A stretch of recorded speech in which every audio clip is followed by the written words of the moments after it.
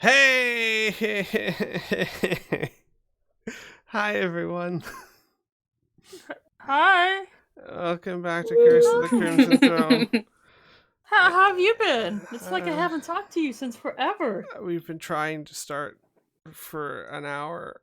It's been bad. So we're not streaming this, we're recording it, and we finally have it working, kind of, so we can play D&D. How's everyone? How have you guys been? Mm-hmm. You know exactly how I've been, Squee.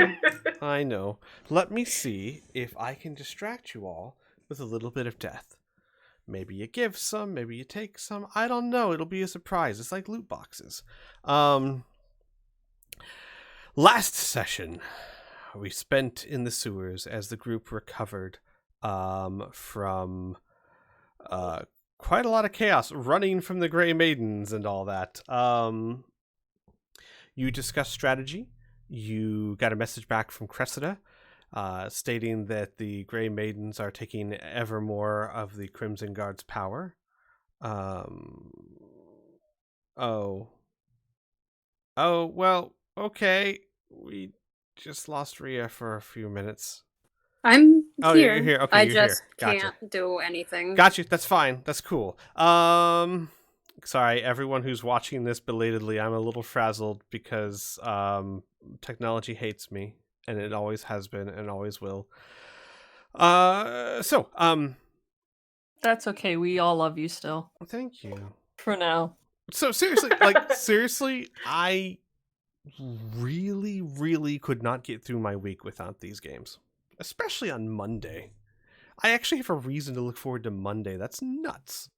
Where was I? Oh, you reached out to one of your friends, Eris, the leader of the Were-Rats, who brought you guys a gift-wrapped Piltzwazel, the Emperor, who ran away into the sewers. Foolish man. You were able to interrogate him on the Arconas, what he knew. What he knew was not an incredible amount. He confirmed that Kerpopolis was being held by the Arconas.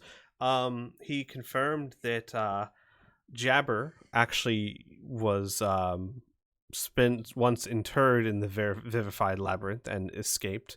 Well, escaped, more like let out. And he told you that the entrance to it is supposedly in a garden within the house, a large garden. And then he died by mysterious circumstances. Mysterious circumstances being that Robin cut his throat. Yay! Mysteriously. With encouragement, but you know. And then he exploded. Or imploded. Which, I forget, he exploded. No, that was definitely an explosion. Yep. A lot of fire going over all the things. Like all humans. Mm-hmm. He underwent an exothermic reaction. And the session ended with Eris telling you that you have all been fighting by yourselves for far too long, and that this time you're going to get help, as she goes off to get her clan of Were-Rats. We can start right there. We can pull back and be a bit more narrative. I don't know what you guys intend, but it will take her a few hours at least to gather her clan.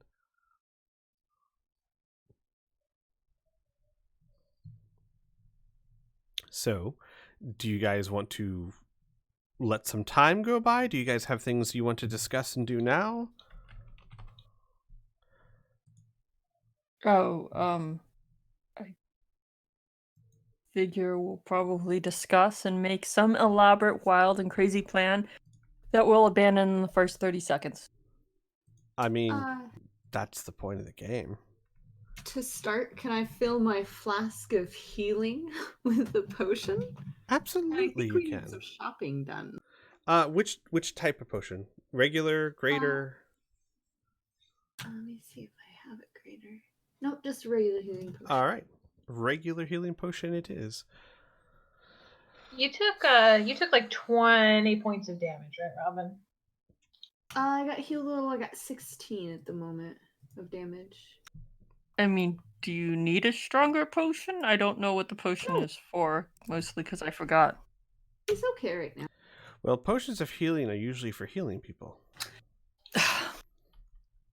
He has Yeah, but the 6 point- potions of healing, and he just filled his flask with one of them. Or the 7th, so. He's alright. He's just biding his time getting attention. When you're in a group of girls, sometimes you have to take it slow and moan about your wounds. And... Not me. I dance like a madman. Also, I have never been in a group of girls, so.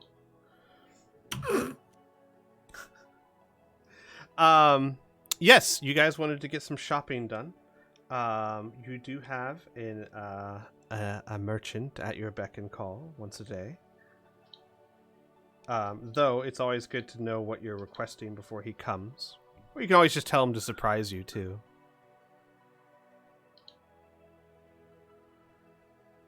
I mean, we could also tell him what we're planning on doing. And then, if he sees anything interesting. Sure. We should probably somehow give him a message ahead of time so he can bring the things, though. Oh, Then- yeah, that we have the Ross has the thing or whatever that she can use to send him a message. Mm-hmm. And usually that's how it works. She'll send him a message, he'll gather what he needs, and then he'll pop there. Hopefully without extra guests in his bag of holding. I have a feeling that trick would only work once. Oh yeah, speaking of guests and bag of holding. Yes? Speaking of, Something. Oh, Like, Well, we only have one person who doesn't have to breathe. And could make. What exactly are we doing? are you suggesting Oh. Robin crawls in this bag? oh my god, Okay. I thought you were like, speaking of the person we stored in our bag of holding. I'm just like, No. Yeah, Yeah, like, that's how what long I have they thought been this was in there? going to. when did you do We this? should probably dump this out now somewhere discreetly. hey, look, the cow! Jesus fucking Christ. You had Rhea carry this? What? No, there is no body yet in the bag of holding. Um, Well, there's nobody anymore. Yeah. We have used it for that purpose. you also, I'll let you all know, since you're all here now, we did go over the loot that you guys have to sell. Sib, you have all the numbers, I believe. But the wand that you got from Piltswazel, if no one wants it, is worth 12,000 gold. The paintings that you can sell are worth 3,100 gold. The decanter is worth 750 gold, and the silverware that Robin pilfered is worth 500 gold. So, a decent amount of loot. Plus, you guys have other things you could sell as well. Yeah.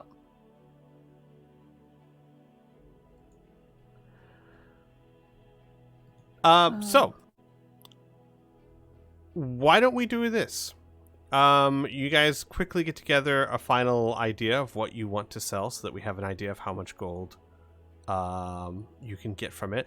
Again, I will simplify it just for the sake of expediency. We will, of course, say that it takes some time, but Baboon's not much of a haggler. He's more of a straight-priced kind of guy. It has nothing to do with Murray, it just happens to be how he is. When it comes to you guys, though.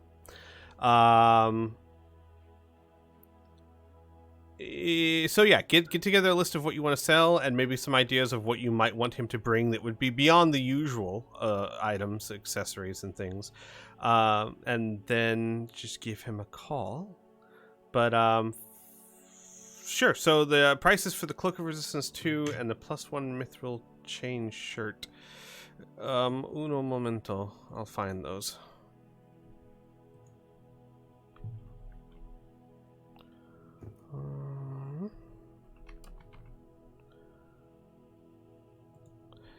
The Cloak of Resistance +2 is worth 4,000 gold. And the +1 mithril.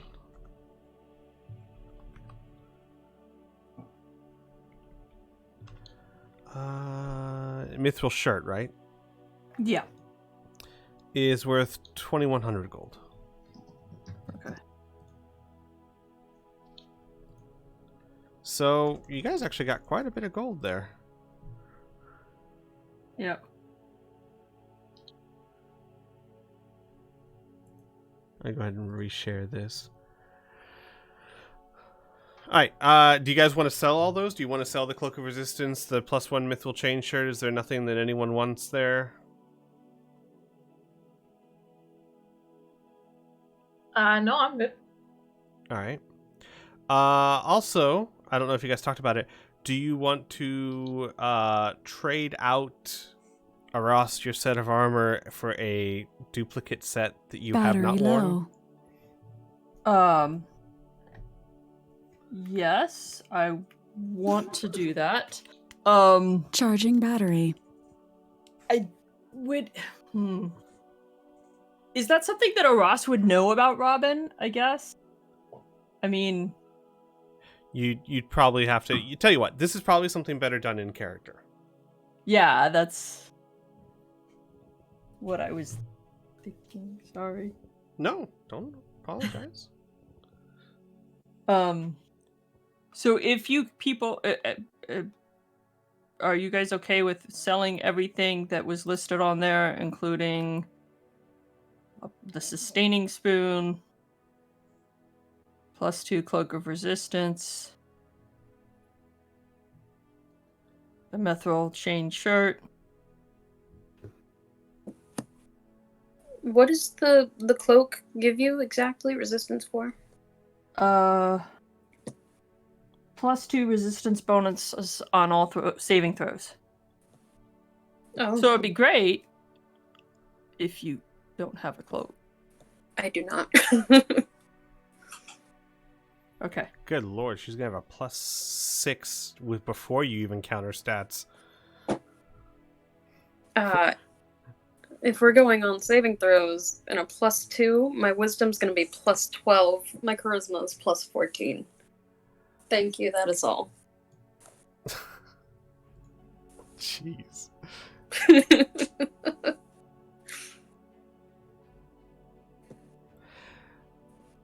So not the Cloak of Resistance, but maybe the Mithril Chain shirt. And the Spoon of Sustaining. You're gonna sell the Spoon of Sustaining? Does anybody have a reason for it or use for it or? Absolutely not. Please get rid of it. Yeah, I have no use for anything else that's on there.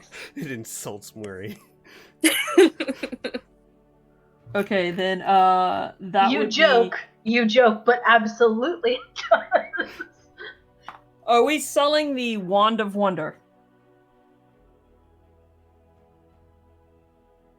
Yeah, go for it.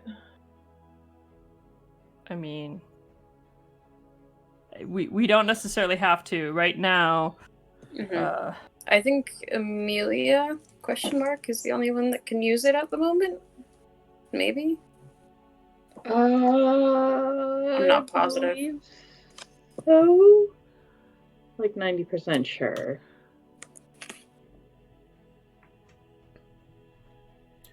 Welp. I mean, if no one intends on using it, better to sell it and put it towards. Oh, ignore that. I will not. I mean, it's okay. So, keeping the Wand of Wonder, everybody has 2,510 gold pieces. Everyone has how much? 2,510. Oh. After like selling all those other things. And Robin can use the Wand of Wonder. He has no interest in using such an irrationally unpredictable item. That's a fair assessment.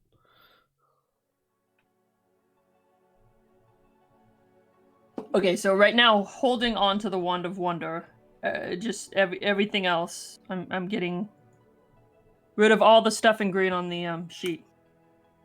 Wait. Do you guys don't want to sell them? I thought everyone just said they have no use for it. Right? Yeah. I can, but... No, yeah, let's sell that. Okay. Alright, so then everyone can add... Oh gosh. My math's not the best. Over 2,000 more gold to that. Yeah. Oh, But each person? Yep. Individual? The Wand of Wonders is worth 12,000 gold. It's a very rare magical item. Yeah. Well, he was the old Emperor of Corvosa, so... So you said it's 12,000 divided by how many of us? Divided by 5. So 4,910 gold. 2,400 extra. Holy shit. Hey, look at you guys. How much per person? 4,000 what? 910 gold. Oof. And that's not selling any gems or anything. Good Wow. lord.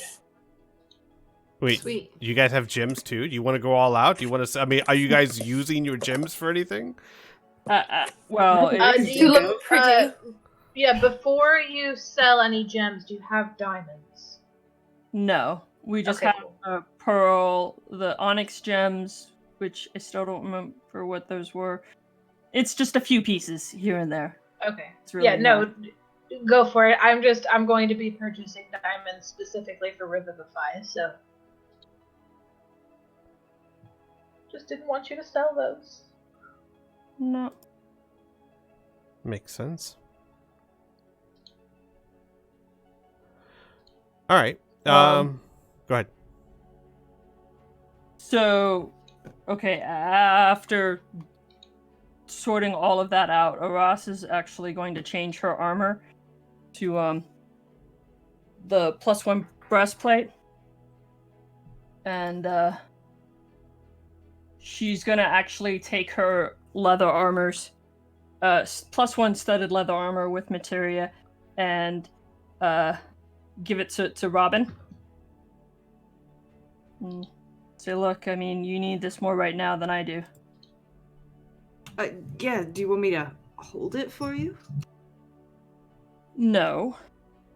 I want you to use it. It's a little bit stronger than what you have.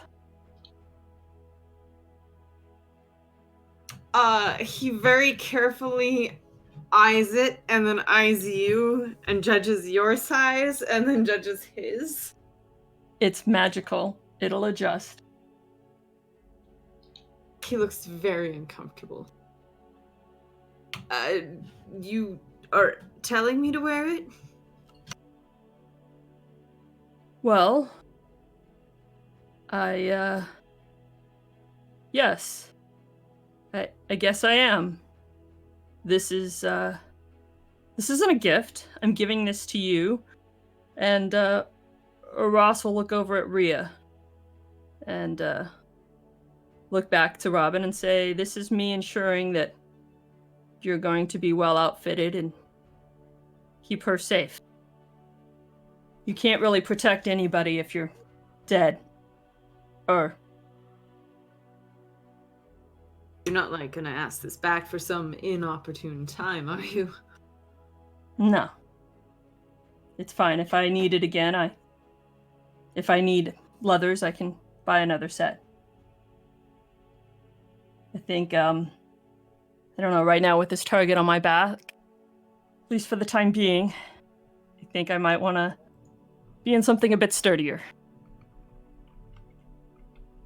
He sighs, takes a bow, and says, as you command, and immediately begins changing his armor just right there.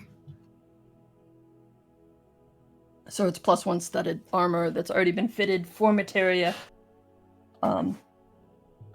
which has been expended. It's the materia on saves, advantage on death saving throws. Yes, you did spend that. Yeah. But we can get it replaced. Or you can get a different materia and put in there. He nods and bows. Maybe I'll want to ask Baboon to bring something. Let me go back over my list, and crouches down right where he is in the sewage. Try and plan.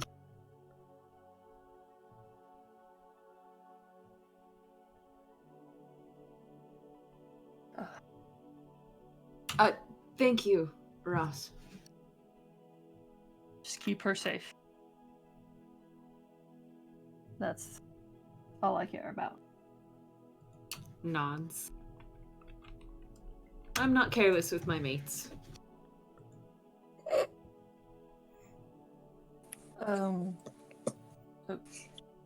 Okay. Can I roll perception for that? Yeah, absolutely. Uh-huh, you heard. So, Rhea's like trying to sort of organize the flowers that are sticking off on her armor, and she kind of just stops and looks up at Robin. He's crouched right now at your feet, actually. Working on Looks a small down little at piece of Robin. paper. He just keeps scribbling, minding his own business.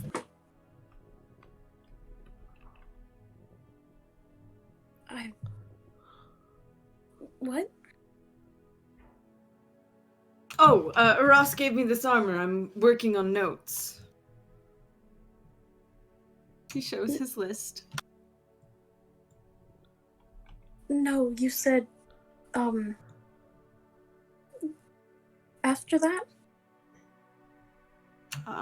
Thank you? No,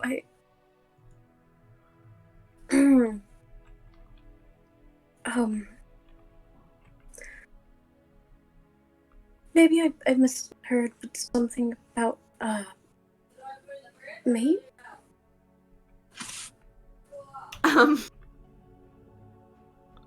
Robin stands up, and he smiles and, like, sketches a couple things off on his note and says, you have my blood, right? I'm not going anywhere. You basically own me. Smiles, paces just around the room. What does me holding your blood have to do with that? I can't leave you, Rhea.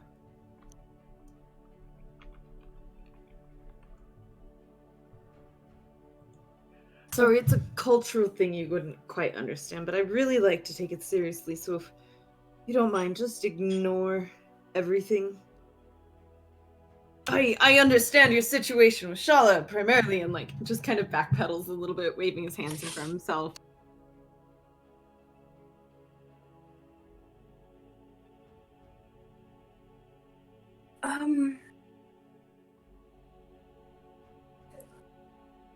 She kind of just looks around the rest of the room. Is the entire party there right now?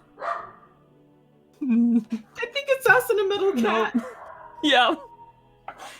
Yep. Ross is trying to quietly back out of the room. Mm-hmm.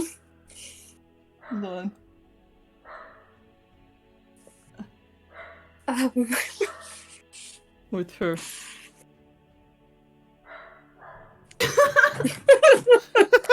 You managed to, well, I don't know. Do either of you have a passive perception over 16? I don't think so, right? No. Yeah, you just kind of slink away. I have a 16. Oh, well, you notice. You notice her just kind of back away. Mm-hmm. Once she's backed away completely, Rhea just shakes her head and says, could you maybe explain that to me? Oh, he looks around for a dry place to sit, but doesn't really find anything worthy. Prestidigitates himself. Prestidigitates her, just to feel better about everything. So, In my culture, generally, if you want somebody, you steal something of theirs that is valuable enough where they won't leave you. Usually male drows treasure specific weapons, so a female. There's even a lucrative business of thieves, love thieves, that you would go and take the individual's item that they cannot live without, thus bringing it into your possession, keeping it from them. You hold them hostage as your mate, and that is essentially a sort of marriage. You can, of course, relinquish the item at any time, but as you and I both know, this is a situation that we didn't mean to find ourselves in.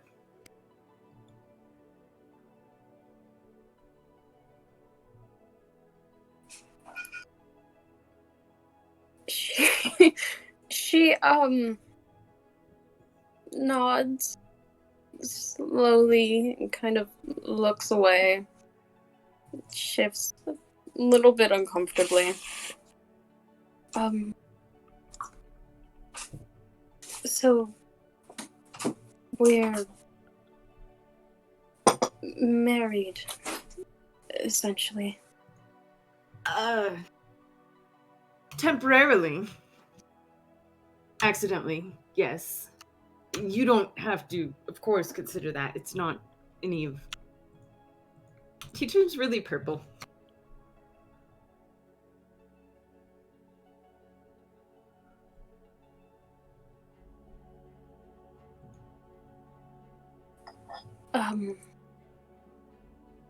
Right. And she just fiddles with the assassin ring that she has on her hand. And shakes her head to clear it. Maybe we could talk more about this later. We have friends to save. He nods. And Rhea, stop worrying so much about Shala. I'm sure we'll get her back, and who knows, you might get a second chance to woo her, which would be fun, wouldn't it?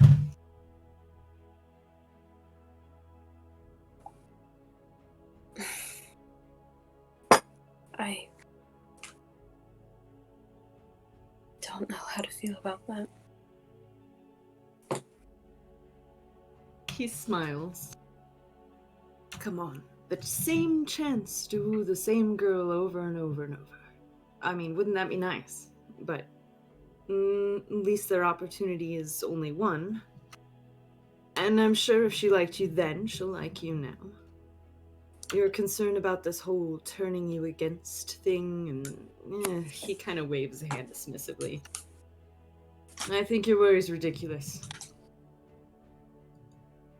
I'd still prefer she remember me. He smiles. She will. Given enough time, she will.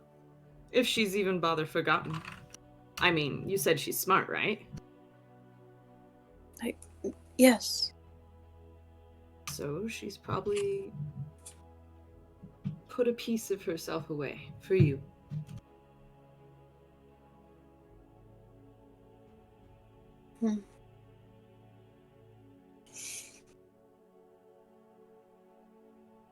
Well,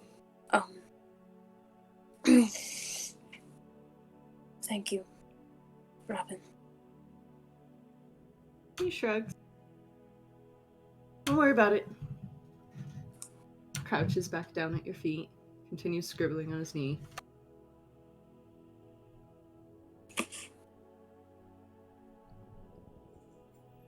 She will hesitantly go back to what she was doing.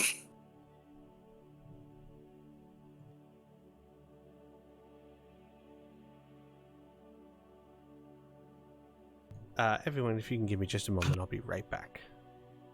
You guys want to take just a quick break? Okay. Be right back. Yeah, that's fine. I got food to check on.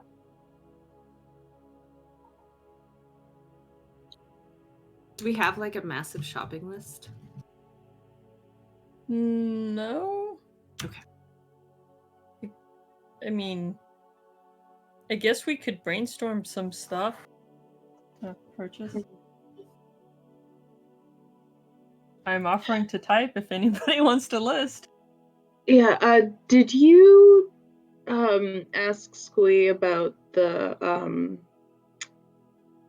you being able to make materia slots? No, I didn't know I was supposed to. What do you mean?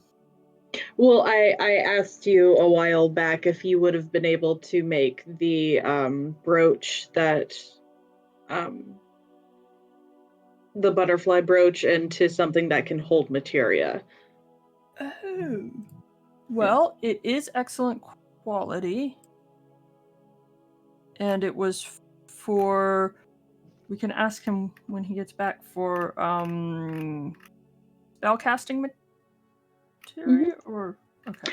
It wasn't made for spellcasting material, but it was made to hold spells. Yes.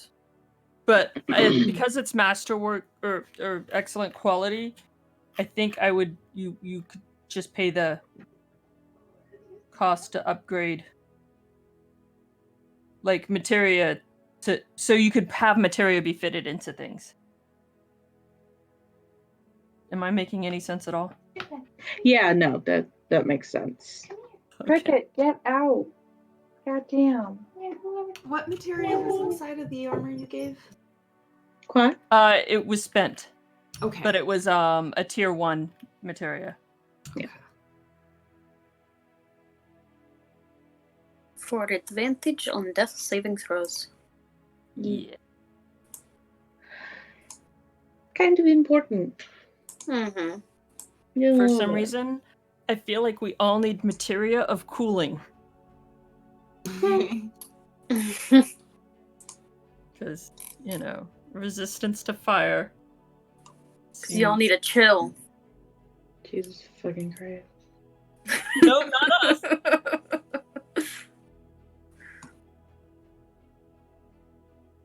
Oh, wait, because no, you probably didn't bring the fucking mantis armor with you, did you? Rhea would have brought everything. Well, wouldn't that still be in the bag of holding? Mm-hmm. She would have put all of her armor into there and only put on what she's wearing now, so it would be. As I did mention at the beginning, I have been only a little preoccupied and only a few memory problems. Mm-hmm.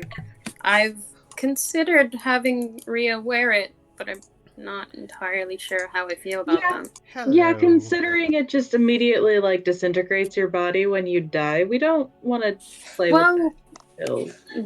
We don't necessarily know what they were using. They could have very well had cyanide pills or something in their mouths. Methinks smoke points to something else. No, but I mean something of if it's that nature. If it's magical, Oras can try and identify it. And Yeah, that's what I was thinking. Well, is that she can figure out what the fuck is going on with that. All right. Hi, everyone. Everyone back? Hi. Yep. Sweet. Sorry about that. Kitty hasn't been eating lately, so I had to entice him. Older cats and their pickiness. So, you guys know what you're selling, more or less?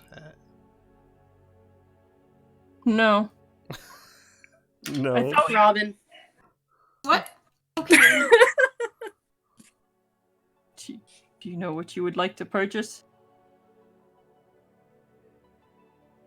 I got a list. Yeah, I think I only need 3 things. Mm-hmm. So just 3 platinum rings. Alright, well, also keep in mind that Baboon has an inventory of his own, which, we can go over when he comes. Mm-hmm. Is the magical inventory up to date for him? I'm updating it. In fact, I just finished updating it. Okay. So I should close it and reopen it? Well, no, wait until he comes. Well, because he's not here. You can't peruse his magical inventory when he's not there. Yeah, so are you guys? Do you know enough to summon Baboon? Like everyone has an idea of what they want per se and what you're gonna sell. I think so. Yeah. Okay.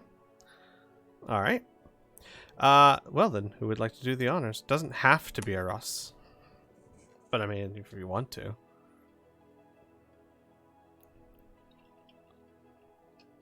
It probably shouldn't be, because I have no idea what people want to purchase.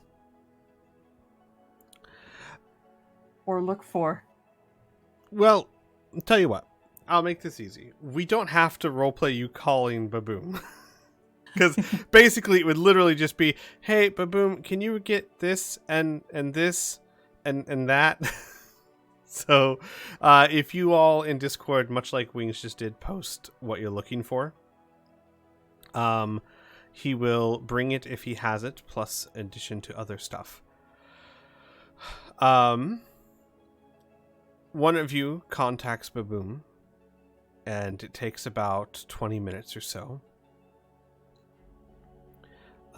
And after about 20 minutes, there is a pop, and all of a sudden, Baboon, in all his roby splendor, is standing before you, and he appears and goes, "Ah, hello, my friend." Oh. And starts like picking his feet up, looking at the soles of his shoes. "Ah, I see. You have chosen quite interesting. Yes. Hello." Like he can't take his eyes from his boots. He kind of like tears them away. Have any trouble at the orphanage, perhaps?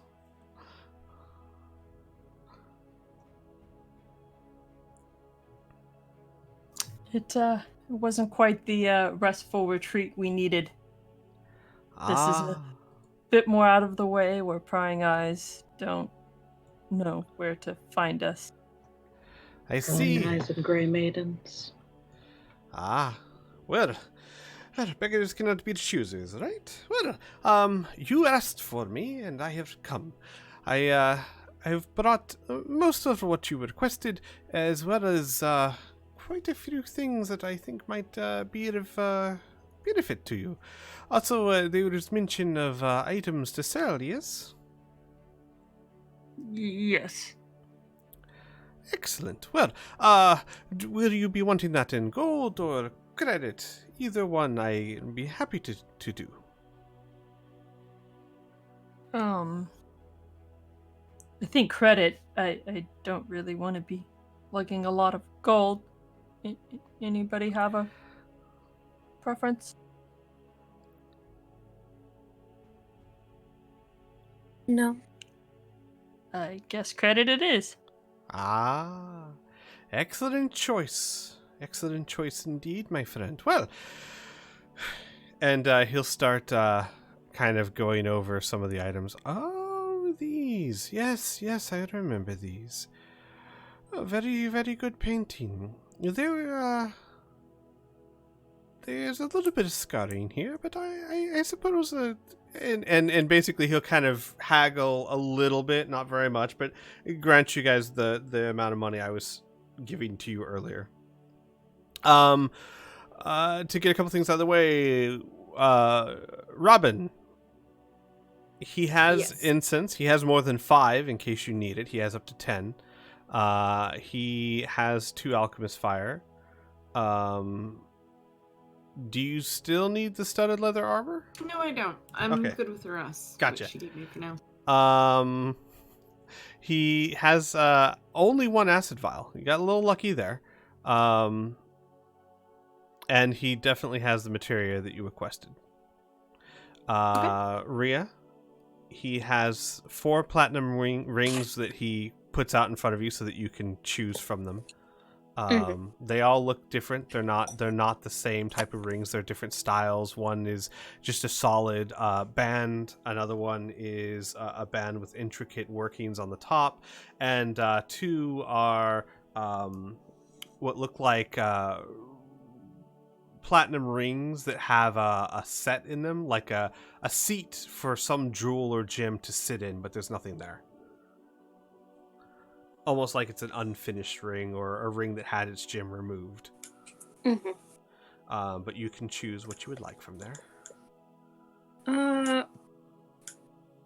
mean, fuck it. If I can afford it. I'll just take. Yeah. So that'd be 200 gold.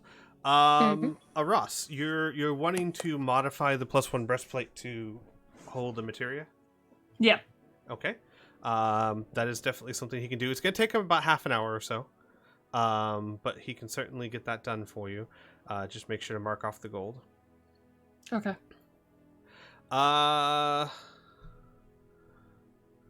Weary, roll me a d6 +1, please. D6 +1. Mm-hmm. Okay. He 5. has with him 5 diamonds that would fit what you're looking for. You can buy as many or a few of them as you would like. Hold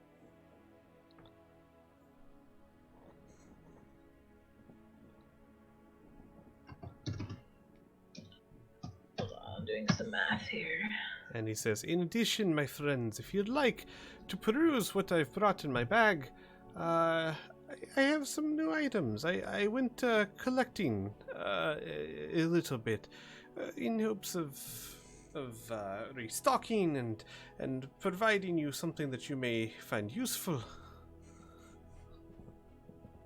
And you can go up and down that list. Now, the items on this list you guys can purchase anywhere up until the first time you roll initiative. Does that make sense? Mm-hmm. Mm-hmm. So if you want to peruse this, you have up until I say roll initiative. Until then, I mean, once that happens, the store is closed, more or less. Well, that's not entirely true. That is assuming that Baboon is not with you, because I don't know what you intend. If he goes back, that is the case. If he goes with you, well then what's the point of having a traveling merchant if I say no? But take a look at the list. If you have a question of what something is, ask me. I will let you know. A Ross question that you might have, I'll go ahead and answer off the bat. If you were interested, the braces of archery would work for the thunder cannon because they're magical. Okay. Okay. I was gonna ask.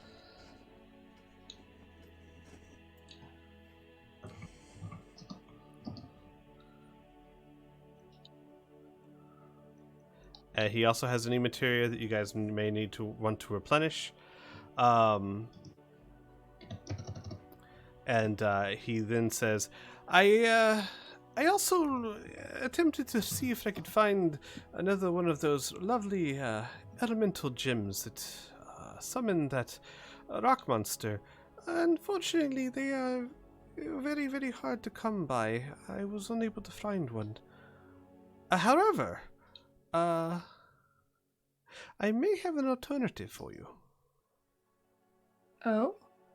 Well, you did seem very fond of them, and Baboon is nothing if not here to please his customers.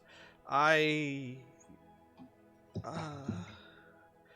spoke to my patron, and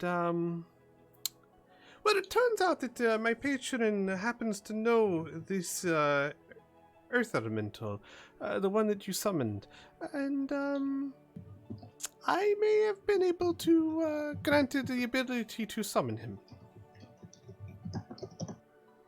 Sorry? How? Benefits of pledging my fealty to my patron. Well, that's useful. I agree. Very useful indeed. I hope it is useful. It is a big favor that I asked, but it is well worth it. Well worth it indeed. Definitely.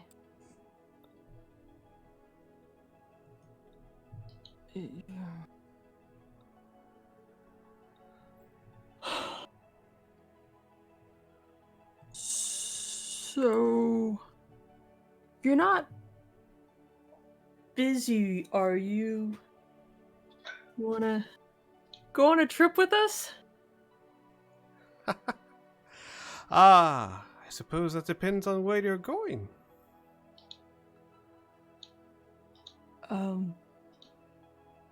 I guess we're kind of all in the room together finally.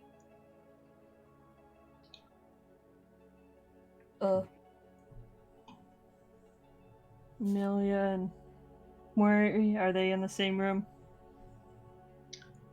I guess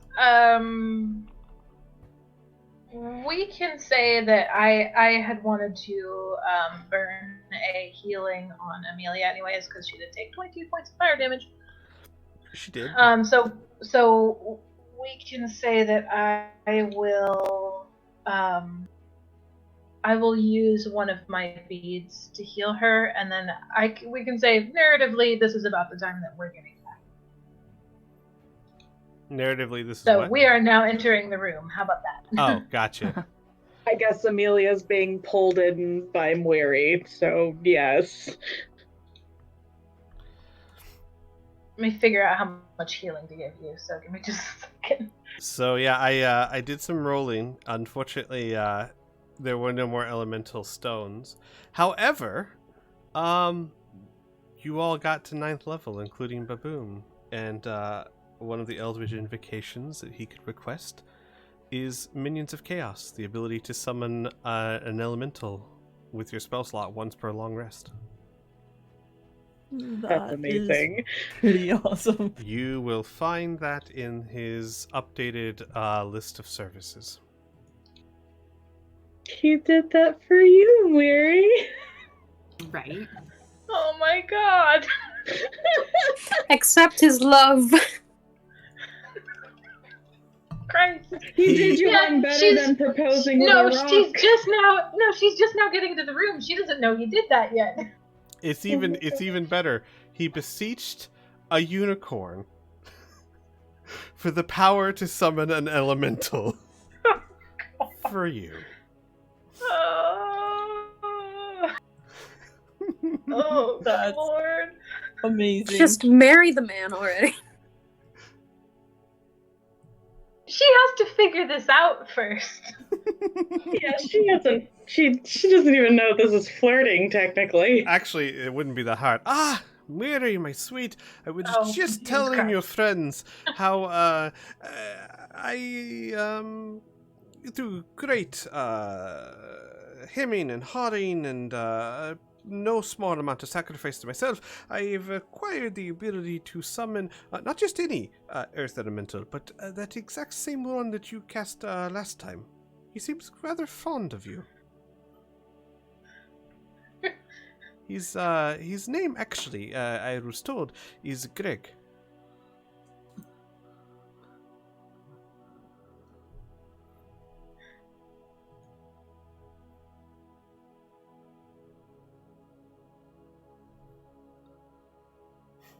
Oh, sorry. I think you cut out for the last of that. Oh, his name, it was actually told is Greg. Weary is looking up from the last of her healing fading from Amelia. Looks up and blinks. Good evening. He nods and bows slightly. Hey yes, God, could you roll an insight for Amelia? I most certainly could. Give me a second here. And yes, Robin, that is certainly. Oh, okay. I was like, whoa, that seems a bit much. You're getting the dagger of venom. Yes, that is certainly. That all adds up. Insight.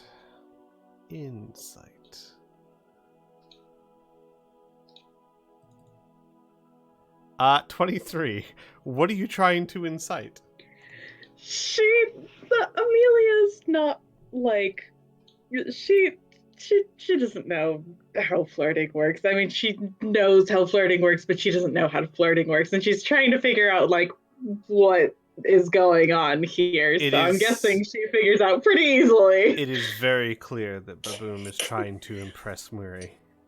Can I roll as well, considering Ria's background? Yes, by all means. Oh, damn it. It is very clear he's trying to impress Muri. Oh, that was not a hard DC, was it? Nope. Nope, it Oh was my not. god. I don't even feel the need to roll. So Amelia just stands next to Mwiri and kind of like looks from Baboom to Mwiri and then back to Baboom, and she just kind of raises her eyebrows, just like, oh my god. Just like the silent click as everything falls into place. You notice Mwiri did not have that same reaction and is sort of like has sort of like, oh, okay, Baboom is here, and is like, oh, I'm deeply sorry we called you in such an unpleasant environment. And then immediately turns back to Amelia.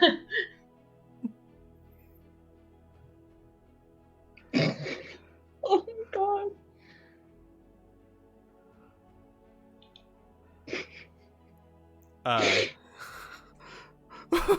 Starts healing Amelia again. Plus 19 plus... you're back up to full. Enjoy. You took 22 Okay. points, right? I don't know. I can't see my sheet. Yes. Yes. Okay. Well, weird that I remember that and, like, nothing else. Yeah, you're back up to full. Enjoy. Gotcha. I will remove that. Yay. Robin, are you at 16 right now? Damage taken? Yes. Okay, gotcha. Do you want to solicit some healing? No, he's far too much of a martyr to even ask. Oh, I mean, if you look in his okay. direction, he might look a little limpy. Yeah. Oh. I'm very well. Robin. Go ahead. Never mind.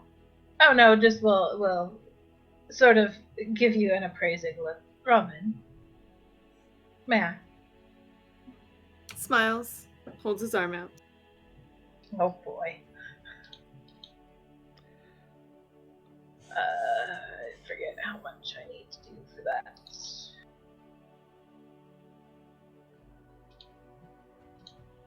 I have also posted the entirety of the list, plus the cost in Discord of what I wish. Yes, I mentioned earlier that the math adds up, and that is confirmed. Okay. All right. Yeah, you're good. Thank you. No problem. I like your choice there. For me, that looks like it's for me. I'm taking that. I mean, it certainly does fit Robin, but I mean, it could have been anyone. Could have been like a Ross needs a close-up melee weapon for whatever reason.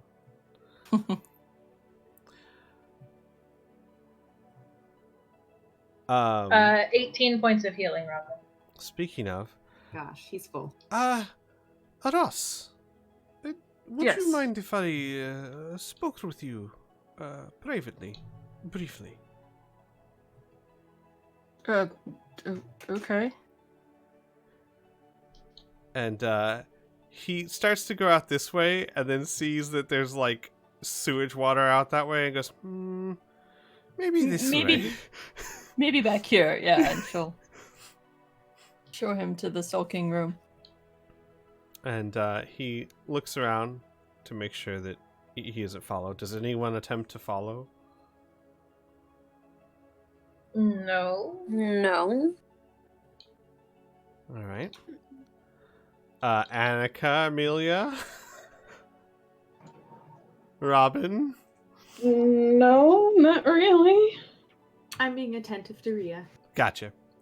And apparently Amelia's being attended to by Mwiri. Oh, you both are. Ross, I wanted to speak to you briefly. I was approached by an old co-worker, one that I don't like to associate with anymore. asking for you. For me? Yes. Well, not by name, but by certainly, he called you a different name, by the name of, Arlen. Okay. More specifically, he was looking for the firstborn daughter of, well, I believe it was your father. Is there a reason why a demon would be hunting you? I'm, maybe? Have you signed a contract that you have not kept up with? No, I have definitely not. I see. I may have shot the wrong person.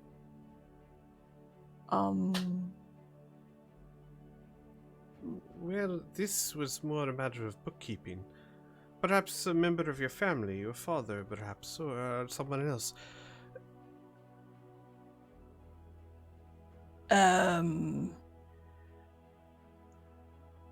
Okay. I mean, maybe my father did? Is this something I should be concerned about? Yes. Very. If you come across a man who wears grey robes that covers half his face, be very careful if he tries to speak with you. Okay. Man with gray robes and a mask that covers half his face. Yes, it was burned in an accident that not even a disguised self can hide. I wish I could tell you more, but he was very vague. He was simply wondering if I had ever seen you. Of course I said no, but they are very good at finding people.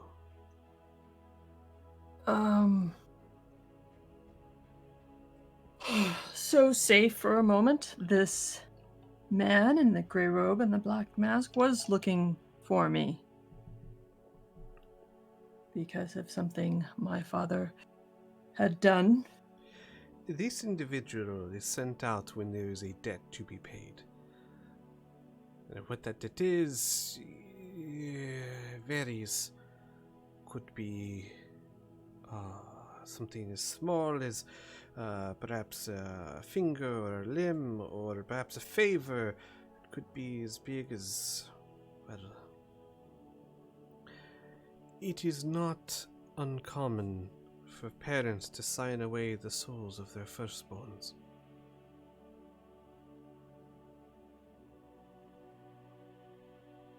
Well, would it be firstborn child or firstborn daughter specifically? Contracts are usually very specific, but without knowing, I can only guess.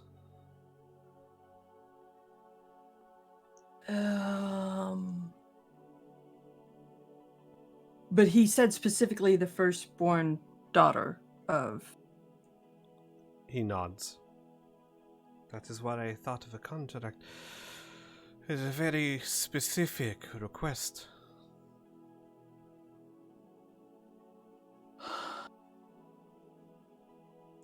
Understand, Arlen. If you did not sign a contract yourself, then you are not beholden to anyone. But that does not mean that they do not feel there's a claim upon you. If this is the case, again, I'm afraid I must speak in vagaries, and my apologies for that.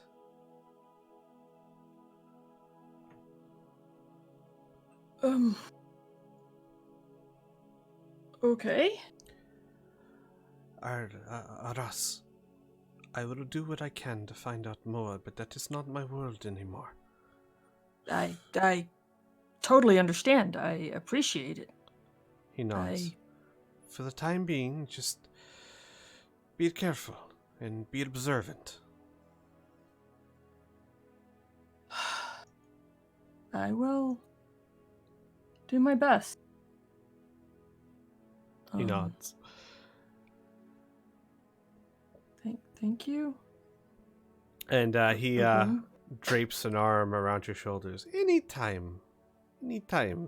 Anything for my favorite customers. Yeah, okay, well. I think I have somebody to visit, but later. Always later, right? Indeed. It seems like there must always be a later. And he'll start kind of walking with you back towards the group. And as he approaches, you guys hear noises shuffling outside the sewers. Many footsteps. And as the noises get closer, you hear the familiar voice of Eris. Murray, are you still there?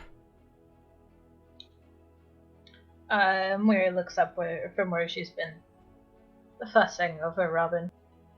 Yes, sir. All right. We're coming in. And Eris files in. Behind her, not all of them can fit, of course, but 30 people, men, women, some young, some older, wearing mismatched armor and weapons and boots, file into the room.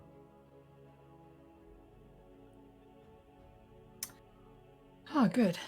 They've arrived. Now it's time to get down to business. Oh, you didn't say this was going to be a party. I would have worn finer clothes. That's probably a good thing you didn't, considering the circumstances. Ross is just kind of looking around, like He's also already wearing like silk, purple, and gold robes. yeah. And slippers that are now very earthy colored. Lots of browns. So, I have brought everyone who is willing, able, and good in a fight.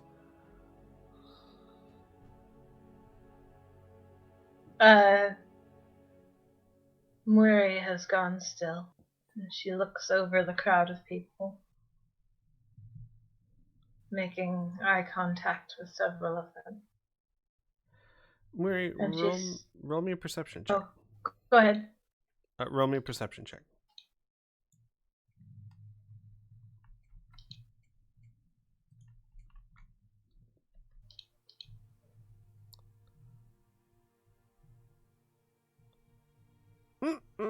Okay. Oop.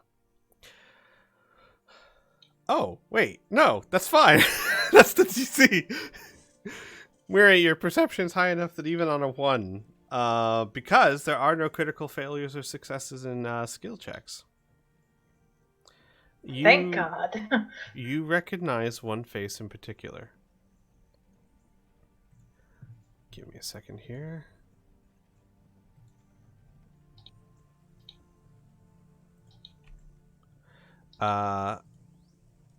You recognize the face of one of the few people that is not in a human transformation. You recognize the face of Girizx.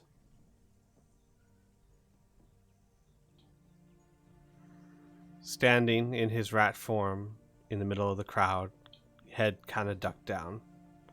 He's missing an ear. It's very scarred over. Wait, really? Mm-hmm.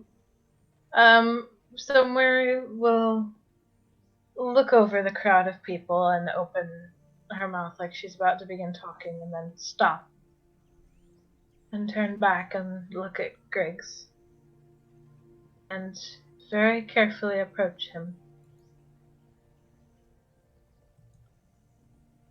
The crowd kind of parts. And he looks up.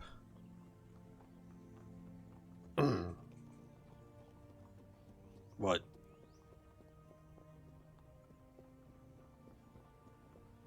I am glad to see you. I had not thought I would ever see you again. Well, I'm surprised to hear that, given that you left me for dead with the Grey Maidens. Not by choice. Yeah, well, that's what they all say. And you hear from the side Eris go, Giriz. And Giriz kind of shuffles his feet. Look, I'm sorry about before. It was desperate times. Our people were getting murdered in the streets, blamed for the Blood Veil. I was just doing what I thought was right. Weary nods slowly. It is forgiven.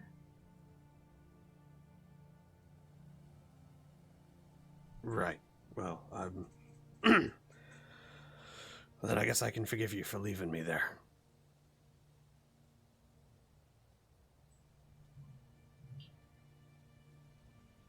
Weary nods again. Thank you. So who do you need killed?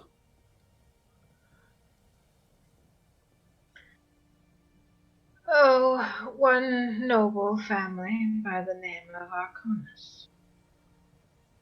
And there's a murmur that runs through the group. And Eris quiets everyone down. We're well aware of them. They have a habit of killing our kind on sight. Though, if I'm being honest, that's not limited only to the Arconas. And Mary turns her head to look at Eris. Well, then that's a very good start, wouldn't you say? Yes. So, how are we to do this? Mary spreads her palms. Any insight that anyone can bring forward is welcome. Here is what we know. And we'll go on to explain that from what they've been told, the sewer system for the Arconis mansion is private. There's an outlet in the bay. Pretty much all entrances and exits, both to the sewers and to the mansion itself, are magically warded somehow.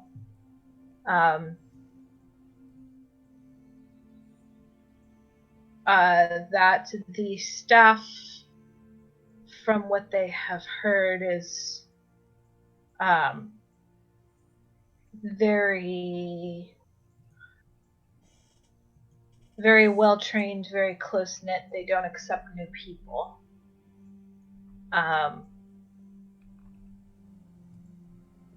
That the mansion itself is fairly expansive, big enough to have a garden inside it.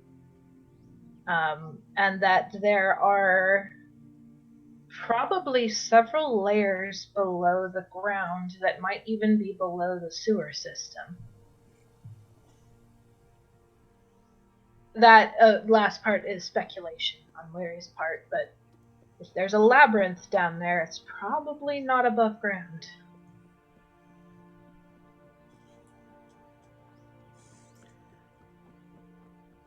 Eris would nod. We are aware of the entrance that you speak of to their sewers, but we've never been inside for obvious reasons, we've don't try to anger them until now. So while I can tell you that it is facing the bay and leads directly out into the ocean, I cannot tell you what's inside.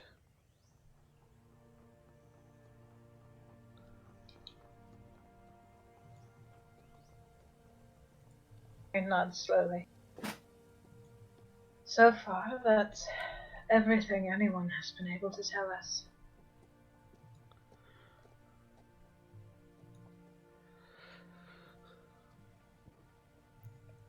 And then Baboon will kind of speak up. So, I'm still playing a little bit of catch up here, my friends. We're attacking the Konas. They are a noble family, yes? Moira nods and will wave Baboom over. Baboom, this is an old friend of mine, Eris.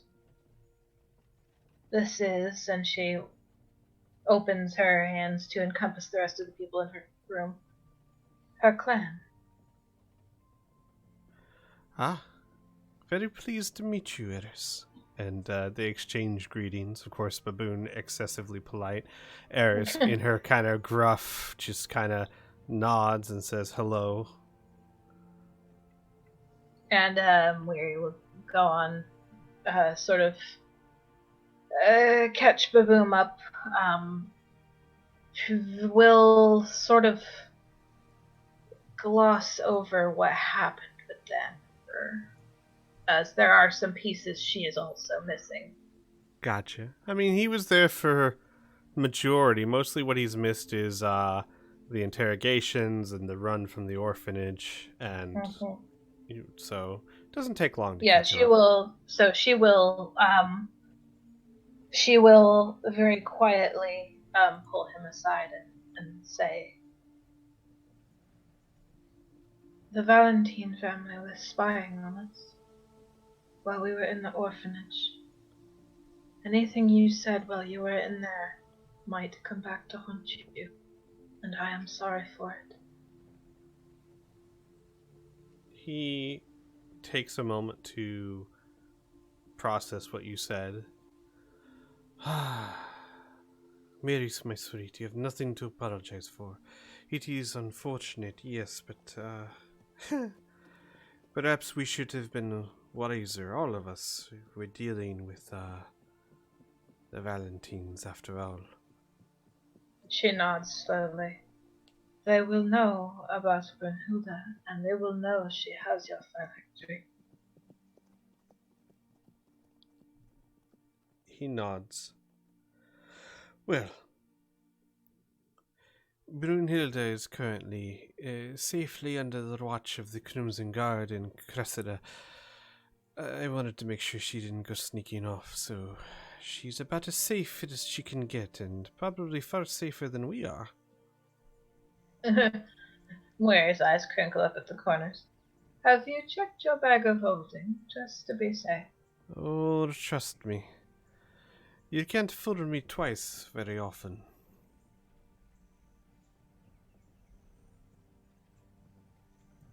Moira nods again. And thank you. Again, for being here. He gives a deep bow. As always, it is my pleasure to serve. And make a bit of coin. She shakes her head. No. Thank you as a friend. He smiles. Of course, Miri. Anytime.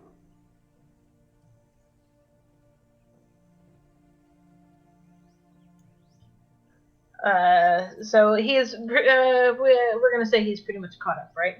Yes. Okay. So Mary will turn to the rest of the group. And that is where we stand now.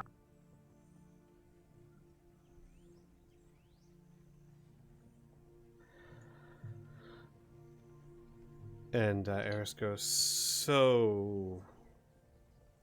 Are we going in loud or quiet?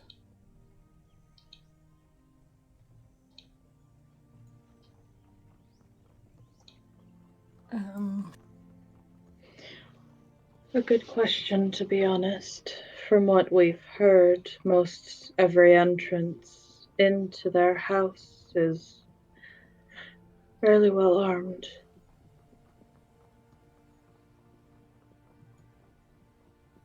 Well, they are a noble family. I'd be willing to bet they'd spare no expense for such things.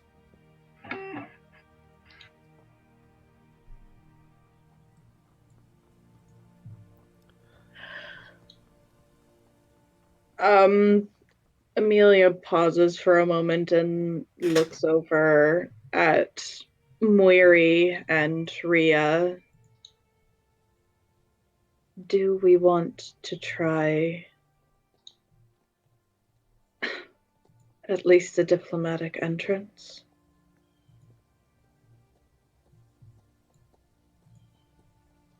I mean, will it harm us if we fail?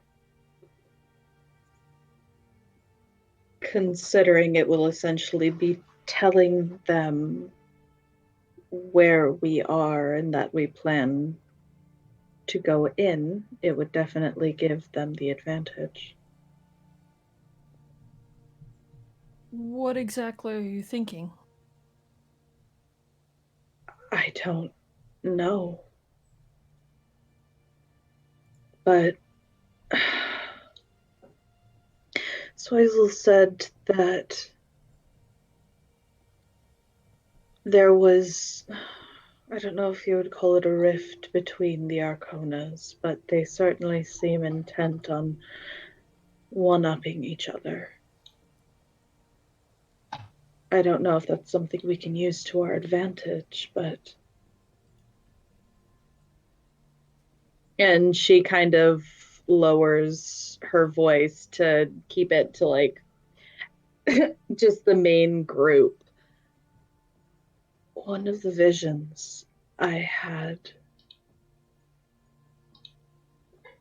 I believe the man is the one who is looking to betray, or at least have a card up his sleeve against the Valentines. So, Gloria. She nods.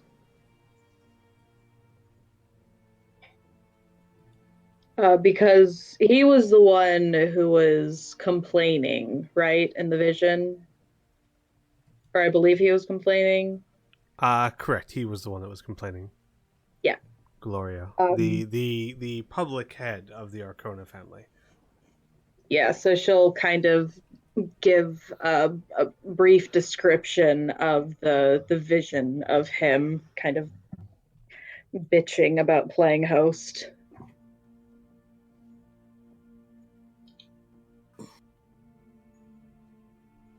Moira pauses.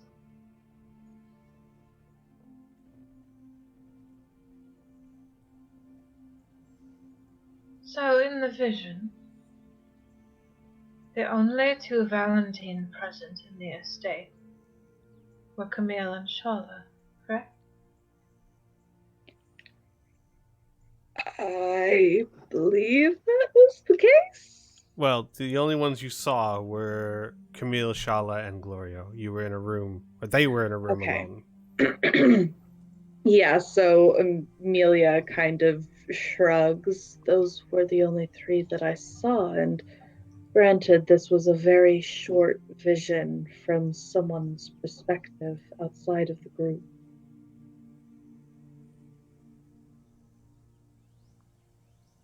That was the vision that she got from the drow, right? I believe. Yes, correct. From the memory, yes.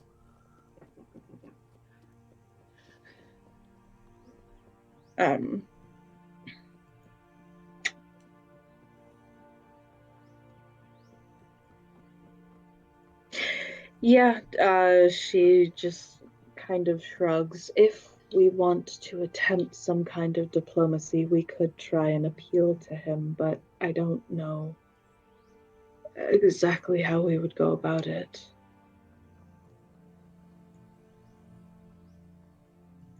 Well, we would want to separate him. How? They never leave the house.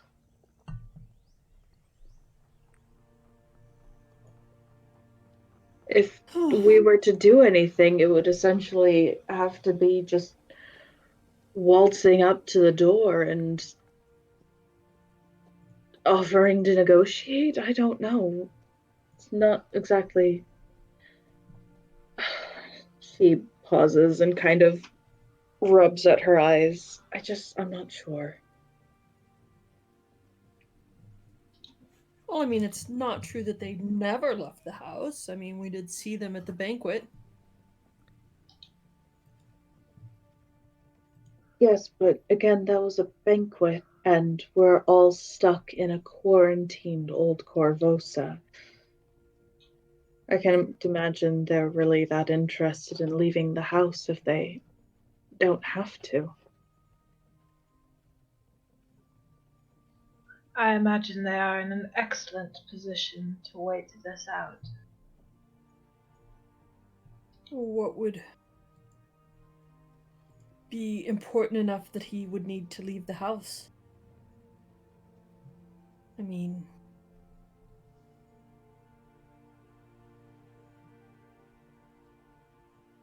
short of an invite from the Queen.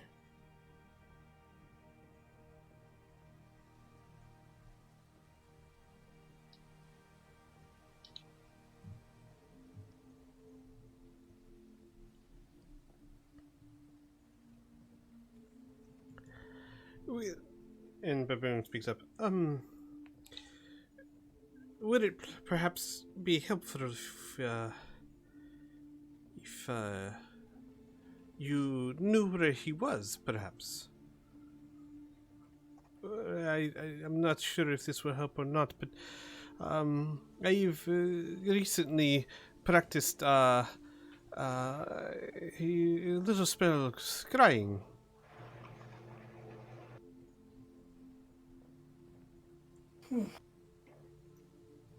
It might give us a better insight on where to approach from.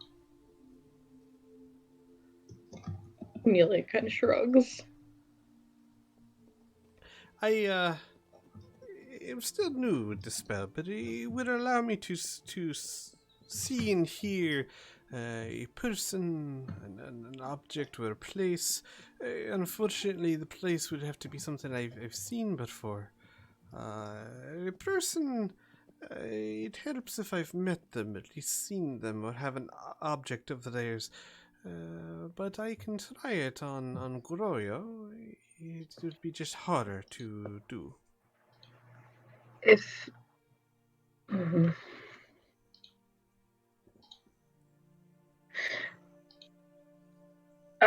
Fuck. Hang on. I don't have my spells in front of me. Whatever. Would you be able to look at a memory or anything like that to give you a better idea of him? Memory? No, Angel, I do not have that ability. Oh, then the best I can give you is a description. She He gives him nods. kind of... There is another option, yes? I haven't met Camille before. That's true. Amelia pauses and then kind of looks over at Rhea. You've also met Shala. Indeed, I have. If you want, I could try. In fact, I know Shala better than the other two, definitely. Not extremely well, but we have met, we have talked before. And how many times can you do this scrying? I can do it, Well, I suppose I could probably do it about twice, but I would need to rest after for a bit. Unfortunately, if I do attempt to scry on them and it does not work for whatever reason, perhaps they're able to resist it, I am not so sure if I can do so again. Then we should probably go with the surest option.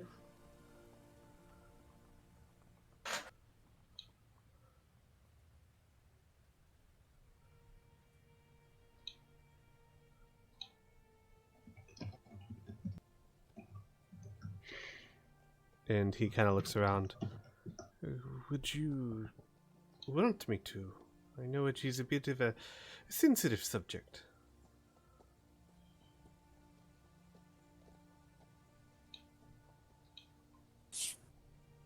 Maria? If it's... Murray will speak up softly. If it helps, that is also a spell available to me. I had been hoping to see Mallow, but at least I know he's alive. Ah, Mallow, I have met Miri. I don't know him very well, but I have met him. I could do this thing. Murray shakes her head. No. No, I know he's alive and that's enough. But if we need someone to scry who perhaps knows Shala better, or Camille, I also have this available to me.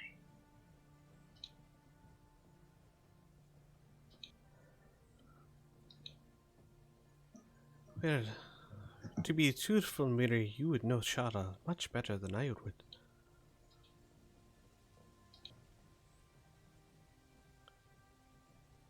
Out of curiosity, Miri, do you have Scry prepared? I haven't had access to my character sheet.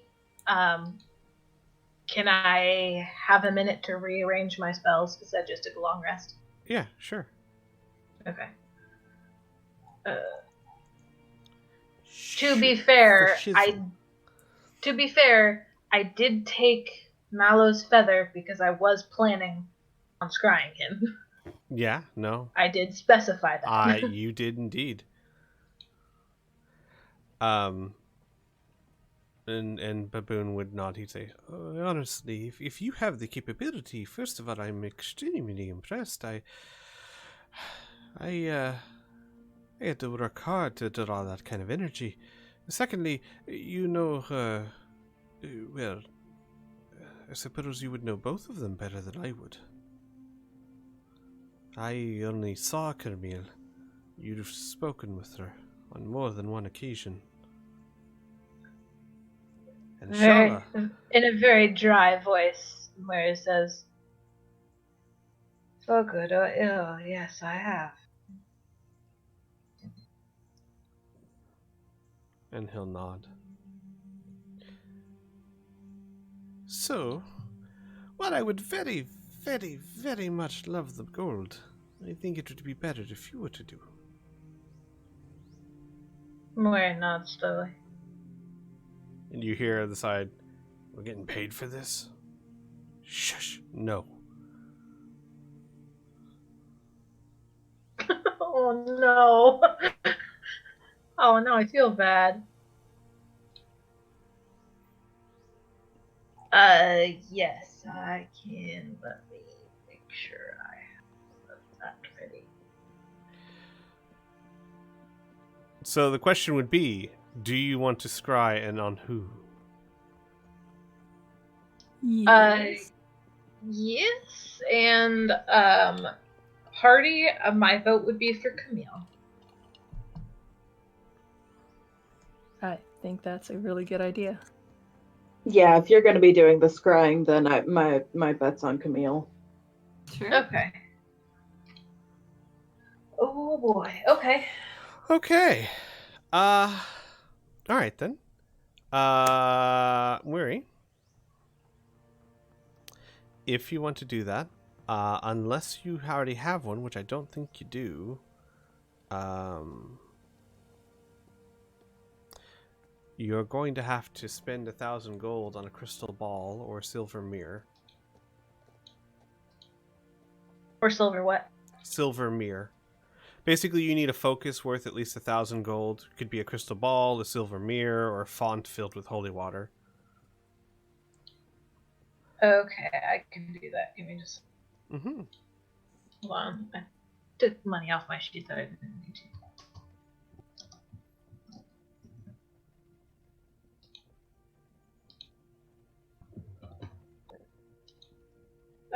Okay, you said 1,000 gold.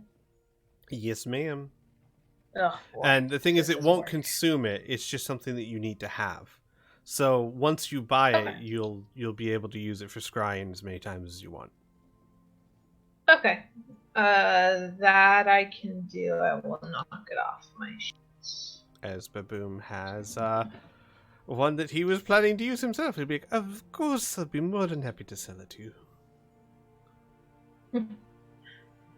I will nod and hand it over. What would you prefer, a crystal ball or a silver mirror? Mirror, please. Okay. Seems like it has more utility. He hands you a very beautiful silver mirror studded with white sapphires.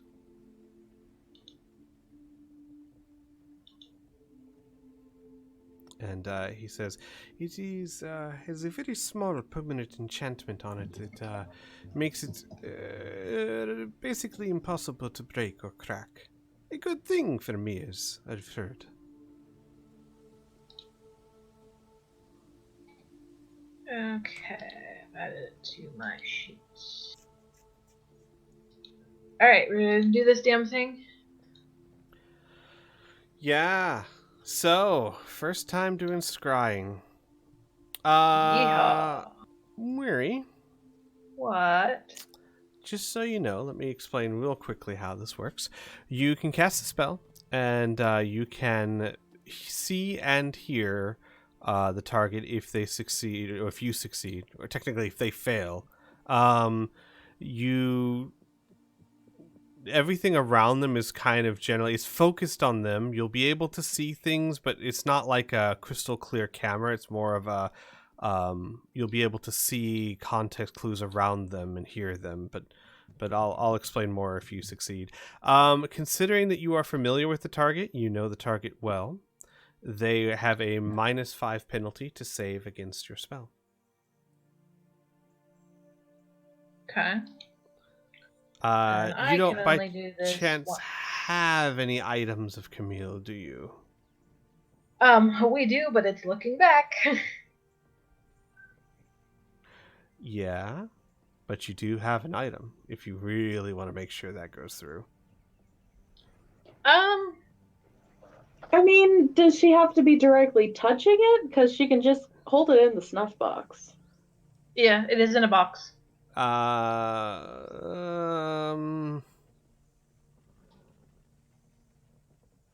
know what? Just not talk. Yeah.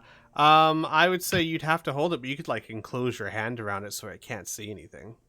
Mm-hmm. It might still be able to hear, but as Robin said, you could not talk. Yeah, Or she could just reach into the bag of holding and grab it in there. That's possible, actually. Huh. You just keep it in there. You're just holding it. Just like sticking it like Mary Poppins' bag. You just stick it in there. That is doable.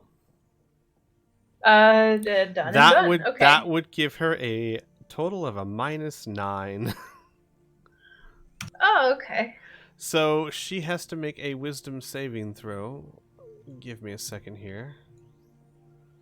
As it takes 10 minutes. As for 10 minutes, Muri grasps the stone within the bag. You'd have to remove the box, but you can like put the box on the ground or something. And fine. grasp the stone in your hand. And chant the spells as you pray to Serenray. for the ability to do this. It is a wisdom save, eh?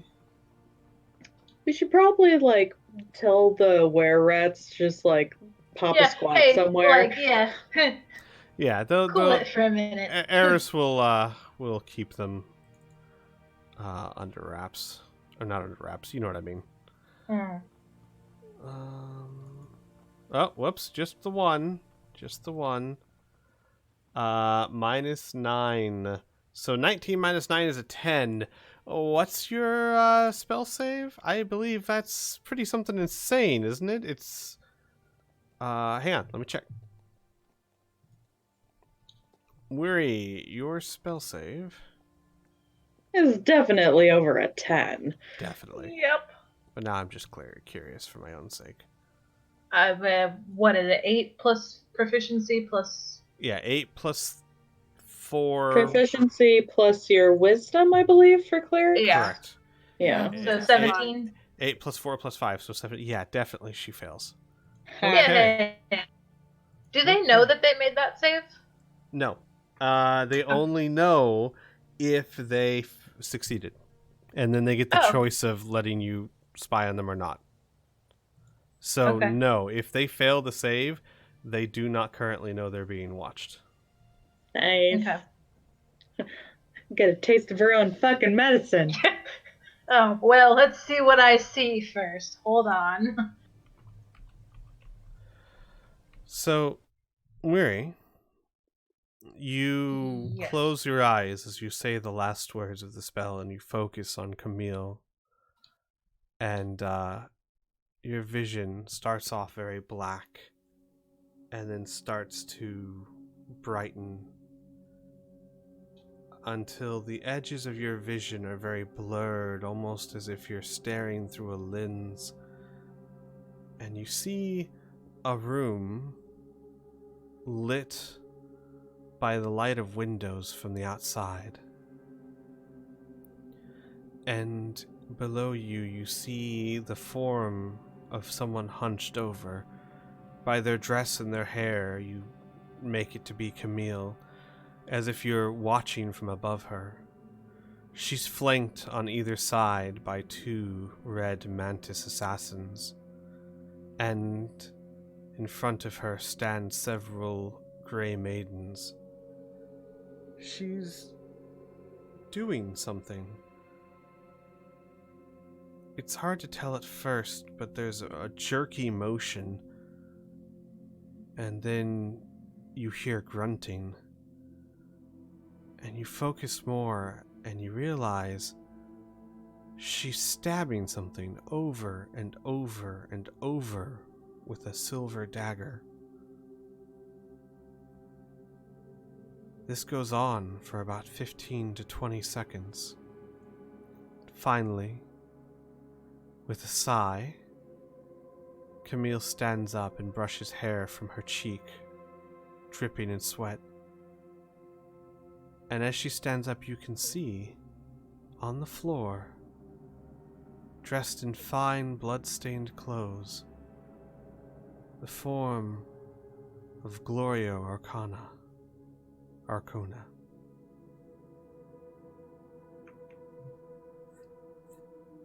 And Camille spits on the form. And then she turns to a figure to her side, and you see, standing next to her, dressed in very fine clothes. In fact, matching clothes to the man on the floor, matching face, a man who looks just like Glorio. And she says, "Well, that's that. You know what to do." The man bows. "Of course, lady. Good. Clean this mess up. This place is ours now." And Camille then waves her hand and begins walking away, the 2 crimson mantises following her. And as she turns, you see the Grey Maidens start picking bodies up off the floor. How many? You only catch a glimpse of a few. More than one. More than one. Camille makes her way up the stairs and around a banister, and you see down below, as you pass the banister, a great big garden. Not a garden, almost like a jungle. She passes through it and enters a very lavish room. She closes the door behind her and the two red mantis guards, and then she sits at her chair. And she sits down. And the second she sits down, there's a chiming sound. She looks up and looks around, and then begins casting a spell. She casts the spell and then looks around the room until she looks almost like she's looking right into your eyes. She sits there for a moment, staring, and then smiles. Well, well, well. Who is it? Amelia? No. Is that you, Mwiri? Have you been spying on me? Do you enjoy my handiwork? They, unfortunately, stood against Mother, and we can't have that. Oh, Shala says hi. And then she begins casting another spell. And we'll cut that right there. Thank you.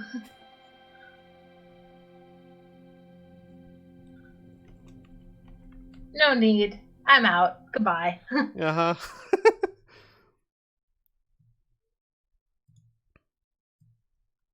And with that, your eyes open. And you're back in the sewers. And you all see Mwiri sit up, her eyes open, and she stares off into the middle distance for a moment. And then she folds over and she puts her head in her hands. And anybody who knows her well knows immediately after the soft rumbling voice of her praying.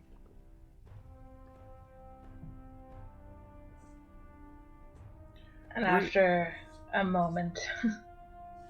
Oh, go ahead. Oh, no, please continue. And then after a moment, when her prayer is finished, she sits back up again. Well, we have lost one problem and added several more. Oh? What did you see? Gloria O'Connor is dead. Okay. I'm pleased to say I watched Camille kill him herself.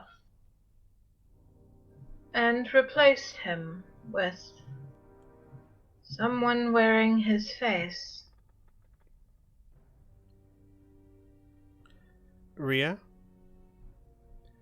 Yeah. The second Mwiri says that, in the back of your mind, a horror card starts spinning.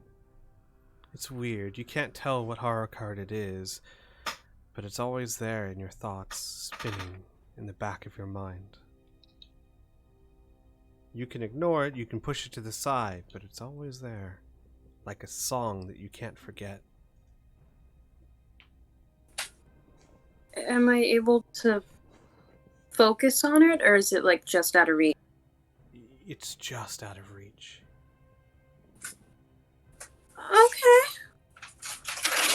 Can we take a quick break real quick? Sure, I will be right back. I understand. Some people may need to change their pants, I get it. Yeah.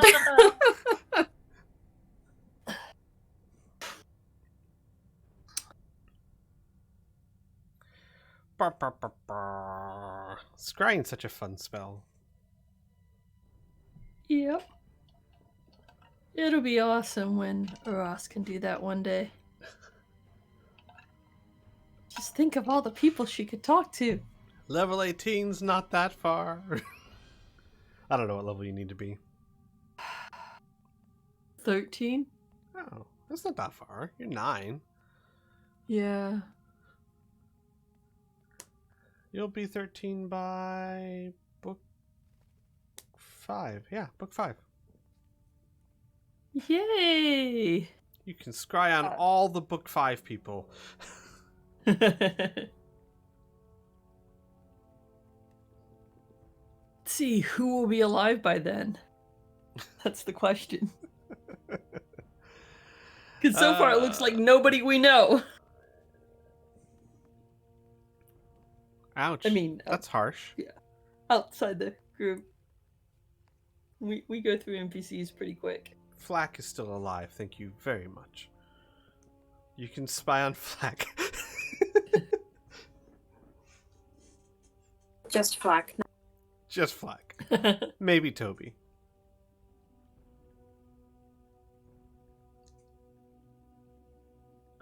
I disagree. Amelia, I think diplomacy is definitely the way to go now.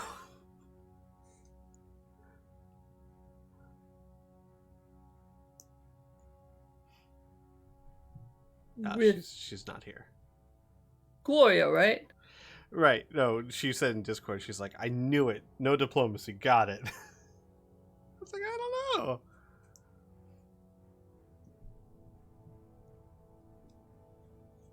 Got it. I missed that. No, I think we should totally try and do diplomacy check with Gloria.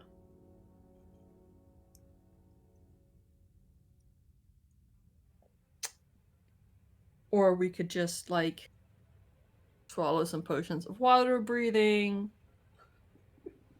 Go shimmy up up to the toilet. Yeah. Yeah. What movie was that? Was it the Hobbit where the dwarves came up through the toilet? I think that was it. Feel like that's right. Yeah. It wasn't the Lord of the Ring trilogy. No, Frodo never went up through no toilets. Though that sounds like a Pippin thing.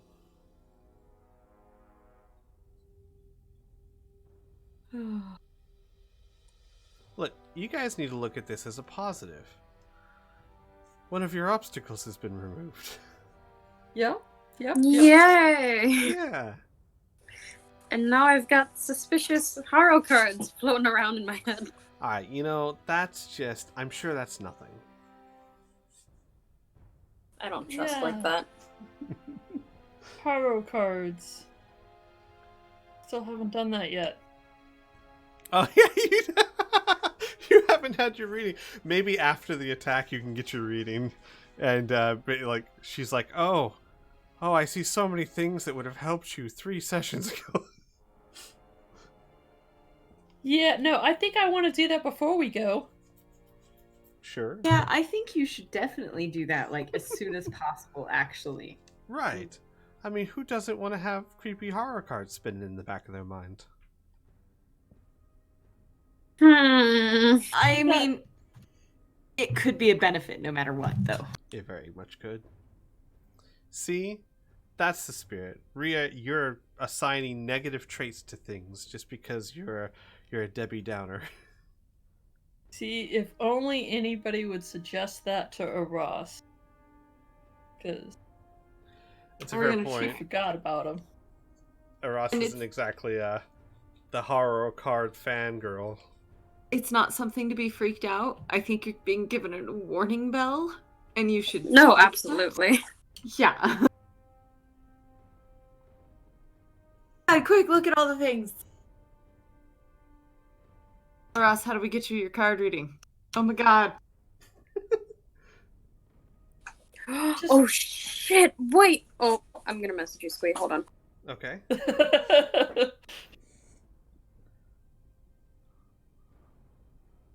Just, mention it.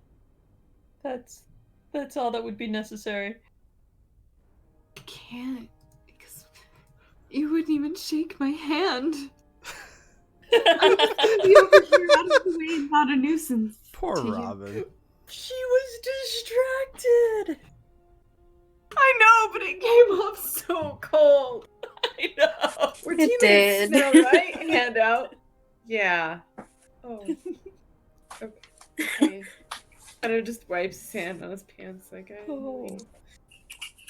I wasn't gonna shake your hand anyways. I was just stretch my fingers. It's fine. Right? Don't other people do that? Yeah, that's yeah. If you need me to give me an order, I'll be over here. At Ria's feet. Ria, that's possible. Hey, now. Yeah, I don't know what to do with that. Tried licking it. I'd rather not. I'd really rather not. I don't know. I think that might be your only option. No, thank you. I have to know what this is. Oh no.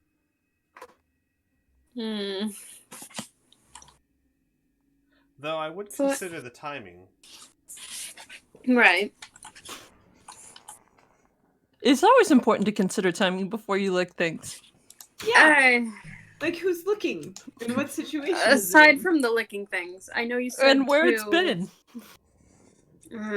I know you said to bring it up, but I'm not sure where to go from there. If that's If I get in the bag of holding now? whenever you want, Robin. Wait until other people go invisible. Yeah, where do I go from that, Squee? If I think that's what I'm using it on. Well, I would say just approach them, have a conversation, and if this is what you think it is, maybe the tarot card will stop. The horror card. What happened? You get the feeling. Don't worry about I'll it. tell you this much: you get the feeling that that horror card will keep spinning until something happens, or figure something. out the. Well, until something happens, until you figure something out, until something's revealed, whatever it is, you get the feeling it will stop, and when it stops, you'll know. I don't like that. Okay, got it. There are worse things to have spinning in your head. I mean, if anything, we have a designated reader in our midst. Like You can ninja ask about stars. Ninja stars are a horrible thing to have spinning in your head. Yeah. Exactly. You can have that looked at, actually. All right, are we all back? Yes. Okay. Sorry, I had to keep Elora from eating soup that's not ready yet. Rude. It smells really good. I know, I'm a good cook. Don't touch it. Did you hit her with a ladle? Did you smack her hand with a ladle? No, but I could. Do you want me to go do that? No, The moment's gone now. Ah, well. We only support fictional violence. Right. So Murray, you were in the process of describing. Yes. So Gloria Arcona is dead. She will go on to say, I believe it's quite safe to say that the Valentine are firmly in control of the Arcona family at the moment. And I believe it's safe to say that the Queen knows everything that's going on in that mansion, given that there are Grey Maidens present.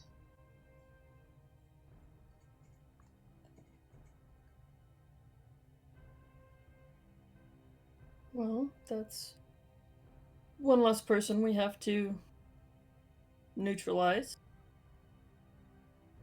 And the reason given for Gloria Arcona's death is that he stood in the way of Mother.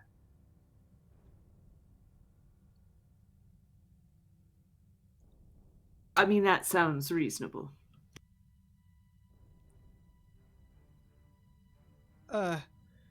Excuse me, Miri, question, if I may. You say that the Queen will know what's going on in the mansion, yes? The Grey Maiden are her guards, yes. Yes. And this Kurpopolis, she... Well, if he can help unseat her, then I'm very much sure that she would not want him to breathe. Yes?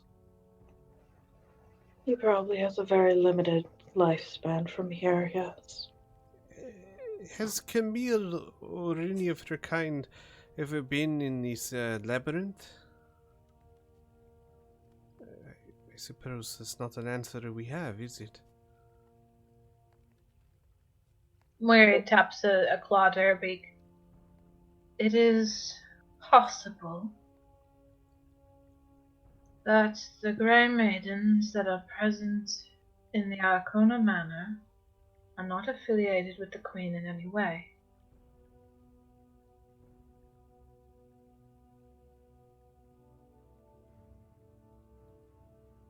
Well, I kind of doubt that, since Gadrian being the queen now. Nevertheless, it remains a possibility.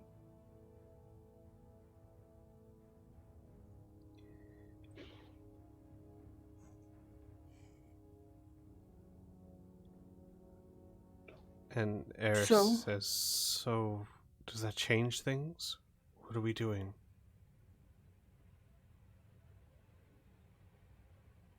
I'm afraid, my dear Eris, that makes this a great deal more dangerous. The Arcona family are noble and have at their disposal money and whatever nobility decides to get themselves into. Magic, I'm sure. The Valentine family are expert assassins. And if they have control of the Arcona assets and manor, that's a big problem for everyone. Well then, all the more reason to take them down. She nods slowly. My people are fighters, Miri. We may not be, the Grey Maidens, but we're survivors, and we're scrappers. So...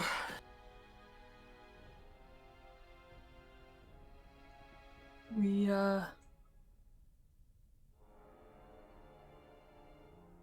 Oh, There was one other thing mentioned. Not in this vision, but by... And Miri gestures vaguely to the scorch mark. That the manors aren't used, that they are mere fronts. Am I incorrect in remembering this? Are you asking the DM? Or is that... There were three other people present. Me, yes, I'm asking you, Squee. Is that what was said? That the manors they're are like... front? Yeah, No, not like that, no. What did I remember him saying about, like... I think what you might be remembering is the loving siblings is a front, and that they are secretly competing against each other. Oh, okay. Well, not anymore. Well, maybe in the afterlife. Well, you don't know. You don't know where the sister is. Mm-hmm. That is true, and Mary will mention. In the vision, I did not see Gloria's sister. There were bodies, and several of them, though their identities I was not able to parse. This manor is going to be fraught with magic. The moment Camille left the room, she knew I was there. There was she waves a hand, a chime of sorts, and then she just knew.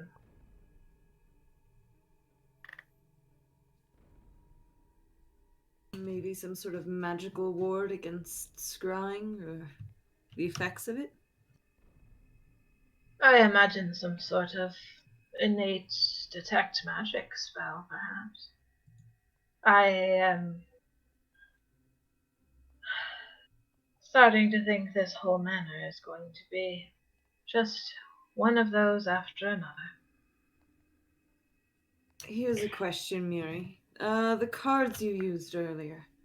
Could you possibly use them to maybe get some sort of direction or divine some sort of pathway, or what our best approach would be using?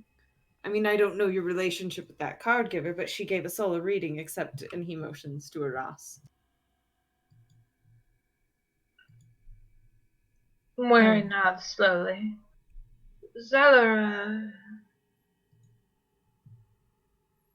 Zelera herself is very talented, but her talents do not lie in peering into the future. However,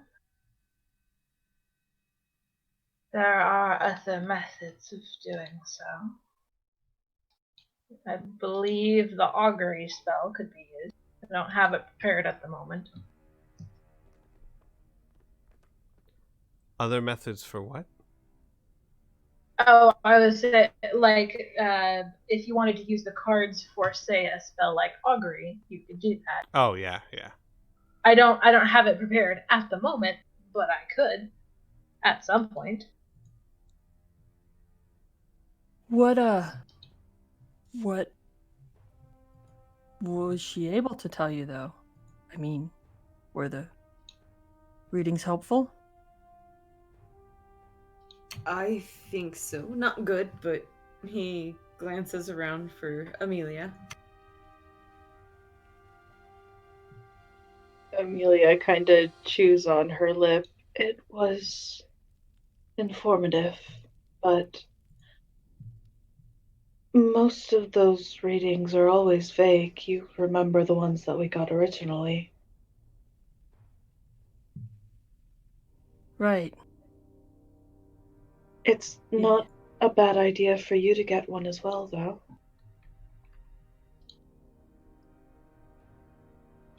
Mary Yeah, nods. the card readings that showed Otto as the bear, and then what was it? Now I can't even remember what the heck that was. I want to say the fall? I don't remember off the top of my head.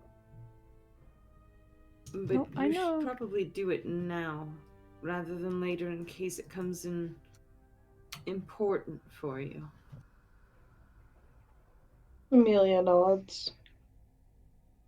Mary will take out the deck of cards and give them a shuffle. It's fairly graceful, but not practiced. And then hands them to Ross. And oh, yeah, the empty throne. That's what it was with Otto. Anyways, sorry. And the owl too, if I'm not mistaken. For all the good it did him.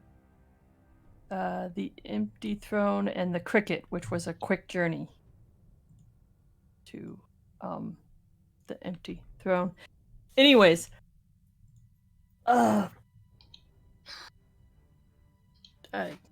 should I just draw? I mean, Well, Murray, yeah, we can go to like the back room or something like that, but Zelra should have her greater image available again, shouldn't she? Yes, she 'Cause should. that was yesterday. Yeah. Correct. So she should be able to. Yeah, you just need to call her forth. So So when she sees Eros fumbling with the cards, Miri will lean over and place a claw on the back of the stack and say, Zelra, my dear, if you would please. And with that, Zelora would appear. Yes. Sorry, I was lost in thought. How can I help? hi, Zelora. It's Ross? been a while. For you, but I am always watching. So, they were talking about you doing a horror reading and it being helpful for them. I think so. And she looks around. I would need a flat surface, but I'd be more than happy to give you one. Oh, And privacy, if that is what Eros wishes. She nods. Horror I, readings can sometimes be very personal. well, I'm trying to turn over a new leaf and, well, I think privacy leads to misunderstanding at times. Miri leans down and murmurs in Eros's ears. I think you'll want the privacy. Trust me. Oh, So, you do not need to do it.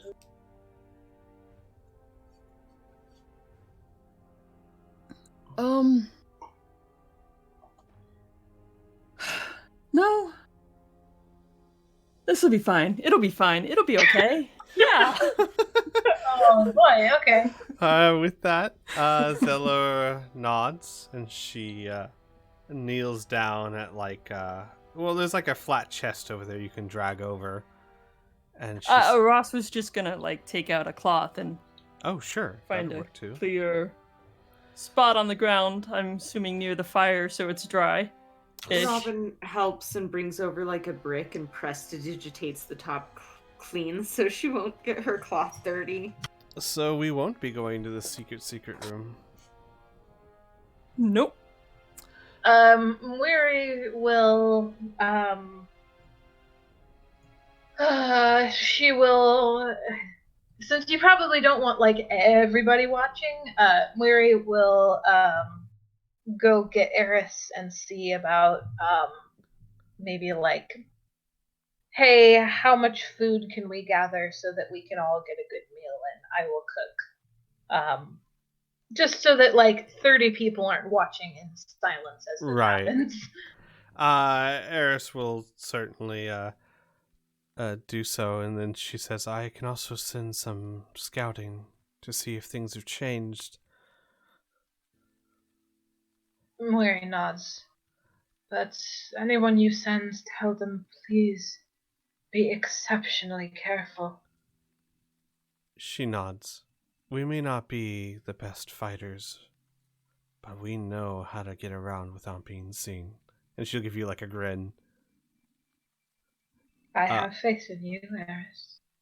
And with that, you guys are given a decent amount of privacy. And Baboon goes, perhaps would you like me to go find some food as well? Baboon, no, you've been very helpful, and oh, thank God, I did not want to go wading through that water. He just sits down. Robin gives him a pity prestidigitation. True friend, Robin. Hang on, is that something? Either way, I don't remember if Peppermint has that. He does. He has prestidigitation. Yes, he does. I mean, it makes sense that he absolutely would. The super long word that I always add syllables to because Right. they're redundant.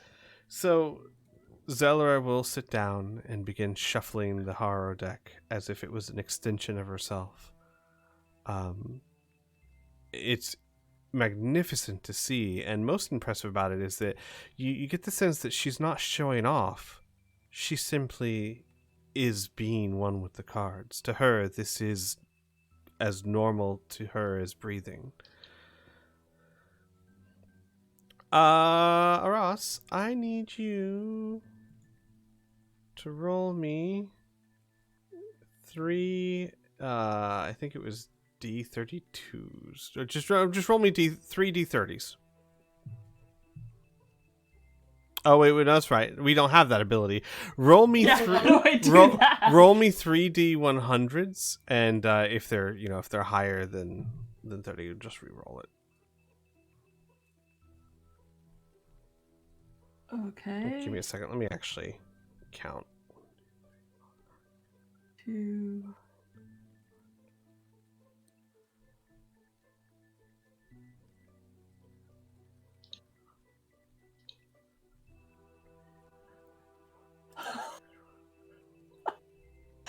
Okay, finally.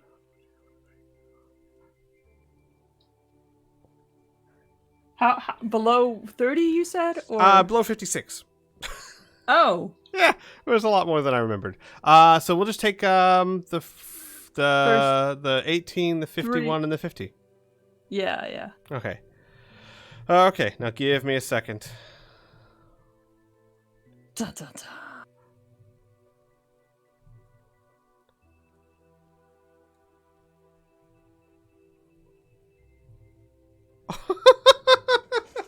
I mean, wow, you guys are pretty amazing with your rolls when it comes to horror cards. Let me open up a Word document here.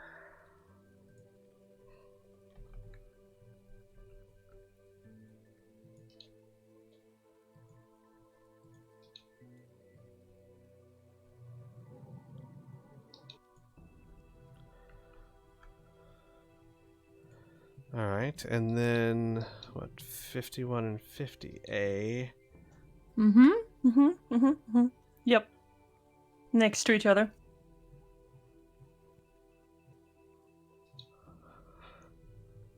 Okay. Interesting. So, it's good to know. Is it?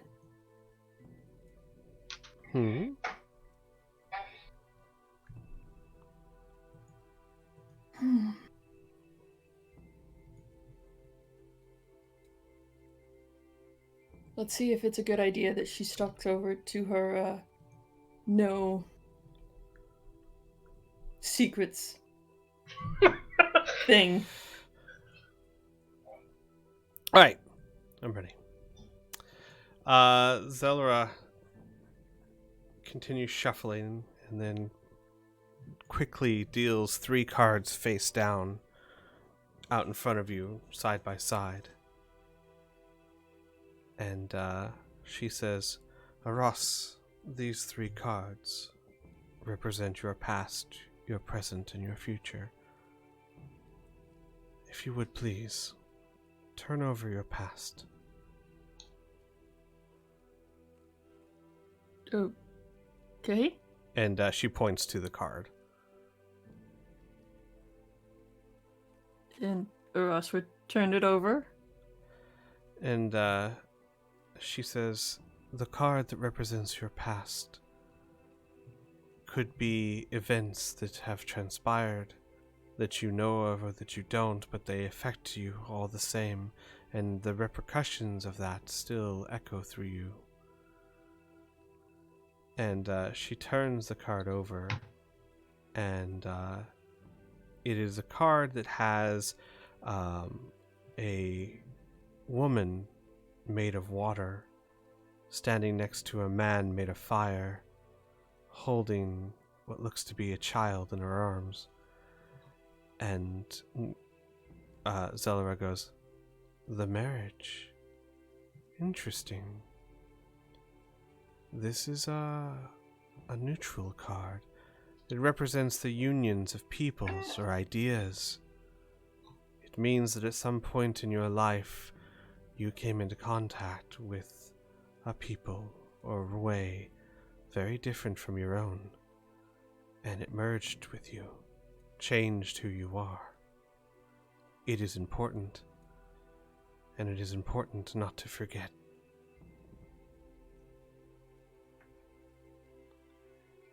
She then taps the middle card. "You're present. These are events that involve you now. Please, turn it over." So she'll turn it over? Give me a second. There is a card that is a lantern, lit and held by what looks to be an imp. The demon's lantern. This is an evil card, Aros. It deals with devils that devour the innocent, trickery and spite. I do not know how this applies to you, but it is an evil card.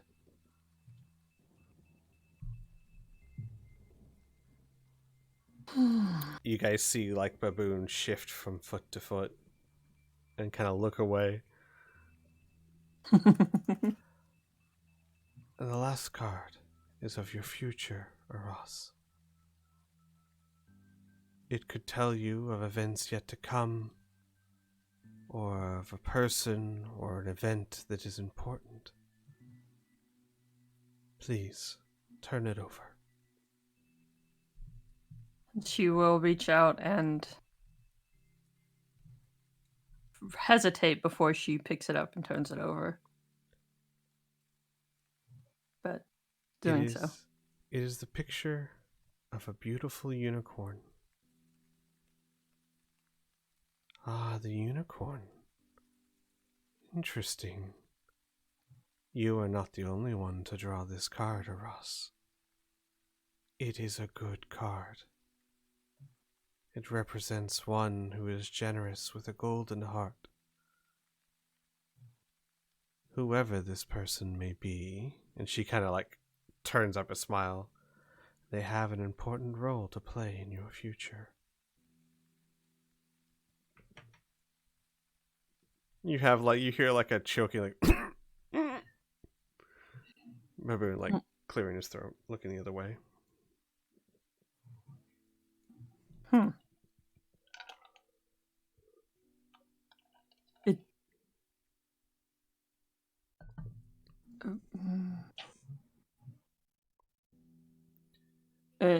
Did he mention before out loud about praying to a unicorn? He did.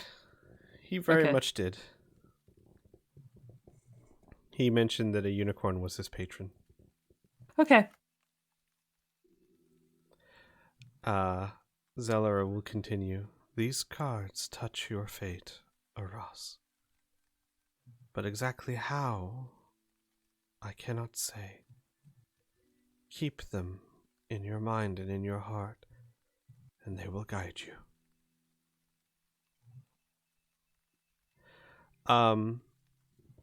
Aros, make note of the card, the Demon's Lantern, and the card, the Unicorn. And the marriage, I'm sure you understand exactly what that card was pertaining to. No, what? Is that the name of it, the marriage? The marriage, yeah.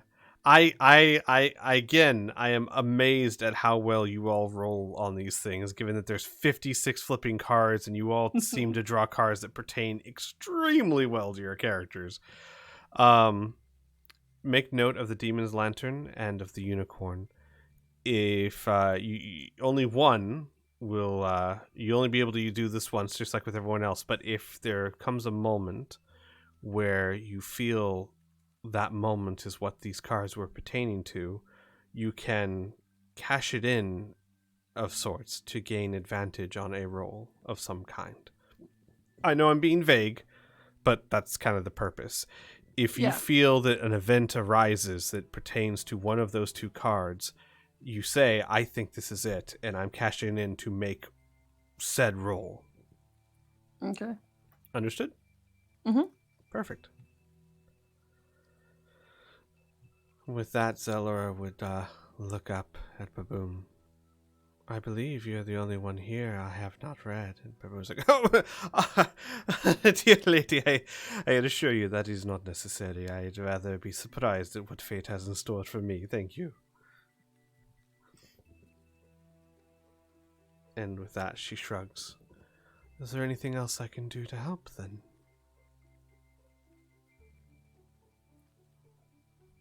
Maybe.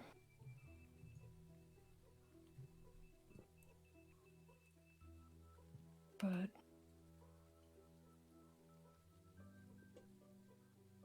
you can only appear once a day, right? I'm afraid so.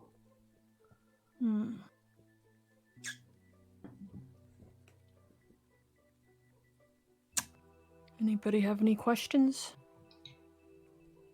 for Elora? Robin shakes his head no and says, unless if you can give us any insight on what we're about to face down, probably not. I can't give you any more sight than the cards I've already read you. But I have a feeling that the cards I have read pertain very directly. Be careful. Where you're headed is very dangerous. This I can feel, even without a card reading.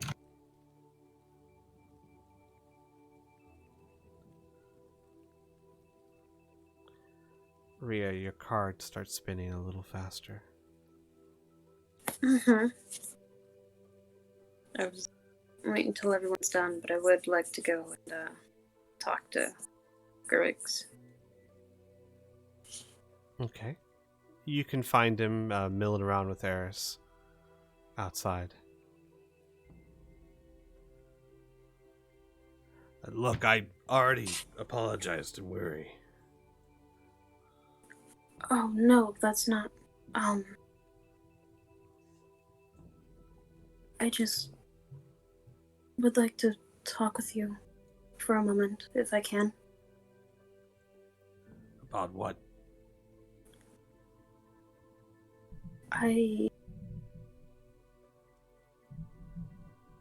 I'm sorry about everything that happened. Everything that happened. Do you even know what that is? No, but I'm the reason that you were there.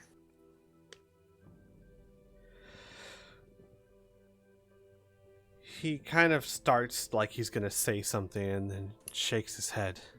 No. I'm responsible for my own actions.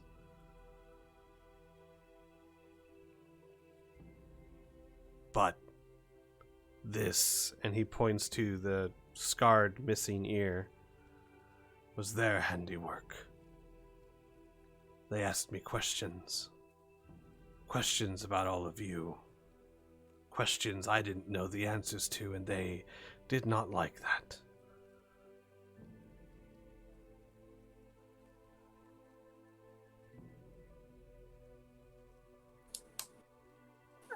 How...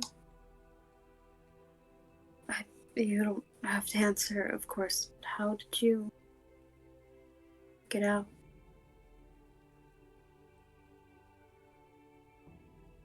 He kind of shifts from one foot to the other uncomfortably. Well, It seems there was some form of misunderstanding between the Grey Maidens in the jail. I guess one group wasn't fond of another or something. All I know is that there was bloodshed.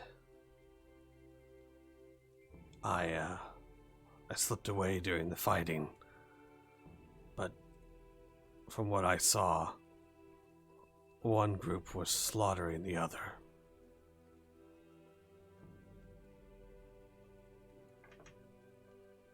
Could you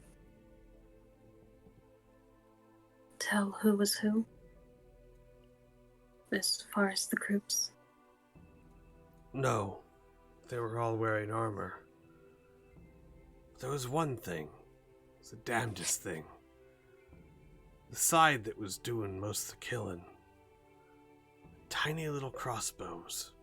Hand crossbows. I remember thinking that was odd for such heavily armed warriors. But no, they were all wearing their helmets.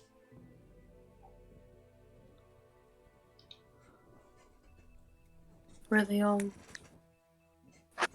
the same armor, or? Yeah, Grey Maidens fighting themselves. Some sort of inner dispute, I guess.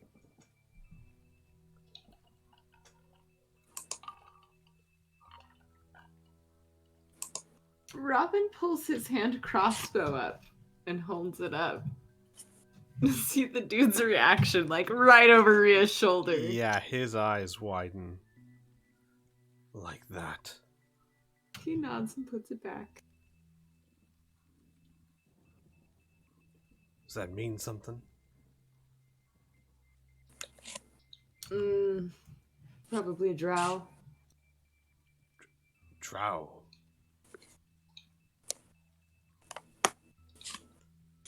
Oh, hell. And he kind of rolls his shoulders. Well, and there's Grey Maidens in the Arconas. It's likely. Well, never killed a drow before.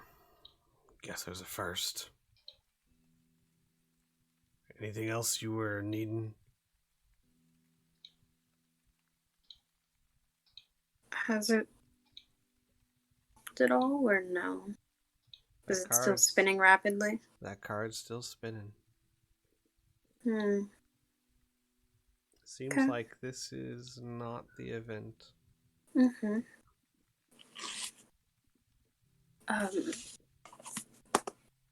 She'll give him a smile and shake her head. No. Thank you for speaking with me. He kind of just grunts. Not rudely, but not politely. And she will give him his space.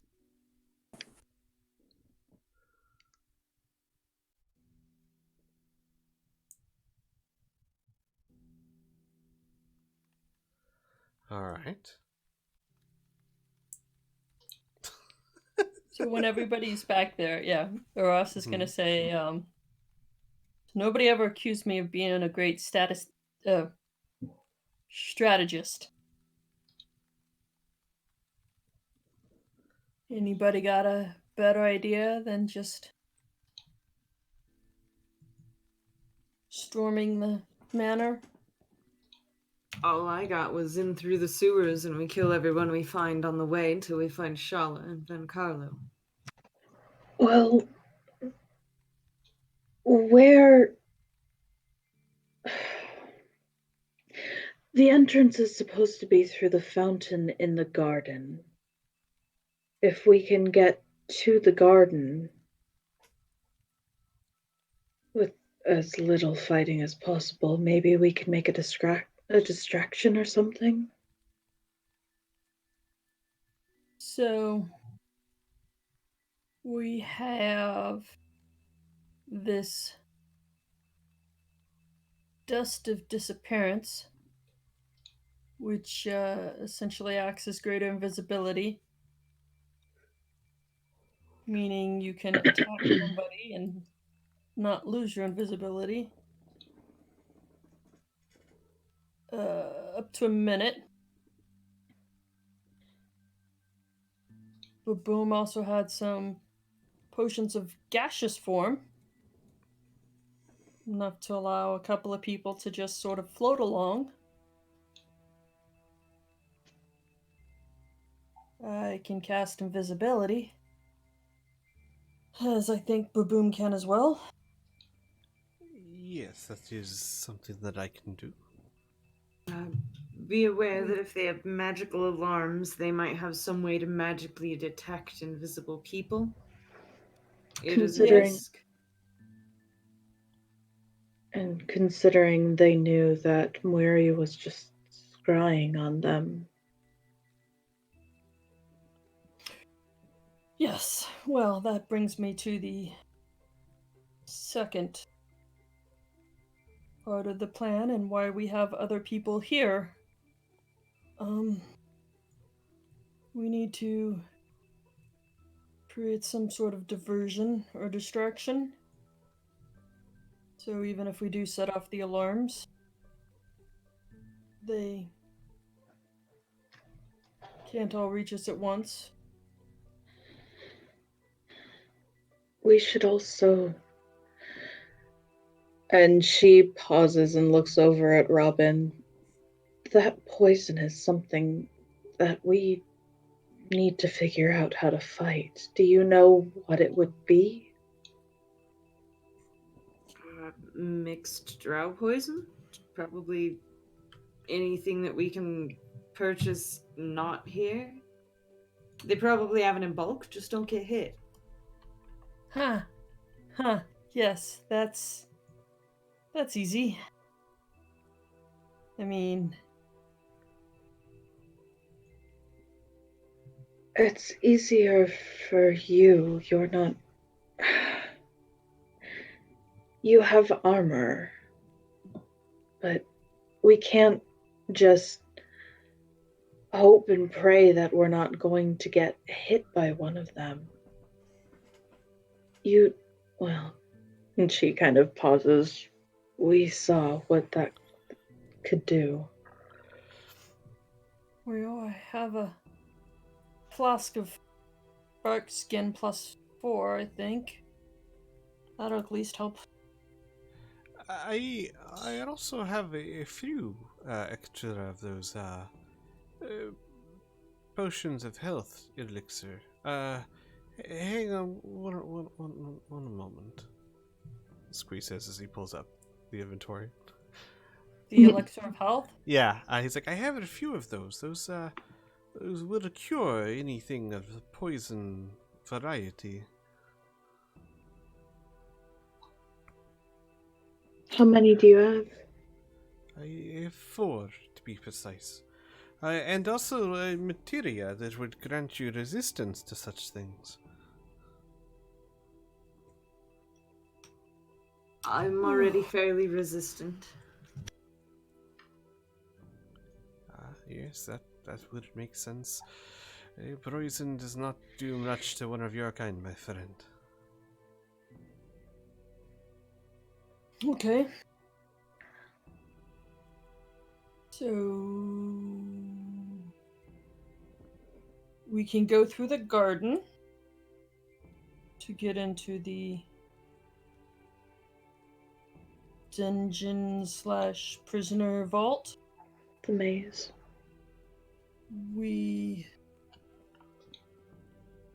There's also water hooked up to the manor.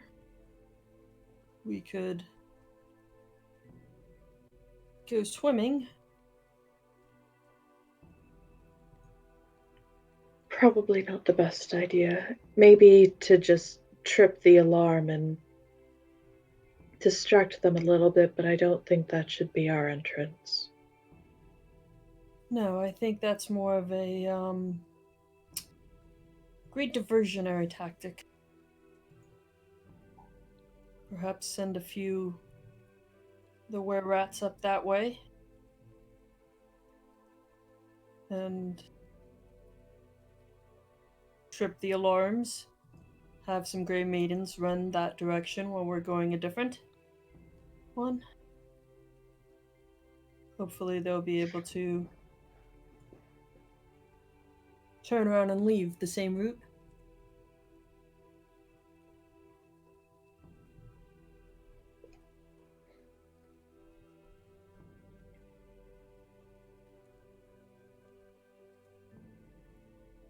Does that seem like a good plan? Do we know where the garden is relative to the house? I don't think we do. But... No, not really. Weary kind of saw it in the scry, Yeah. but not enough to know like where it was. Only that it was there, and it was more like a jungle than a garden. Oh Jesus! Okay. Yep. She was above it at the time. Who fucking knows what's in there? Plants.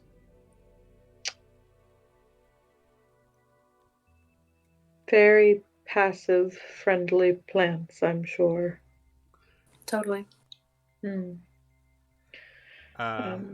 Eris goes, well,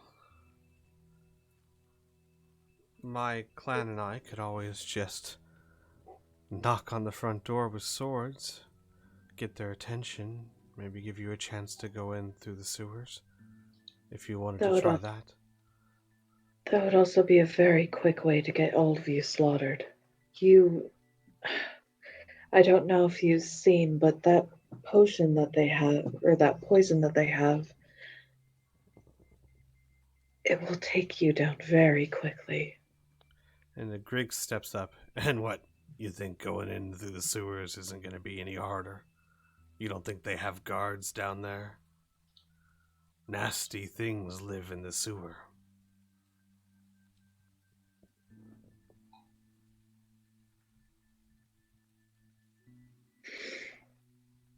My friend is right.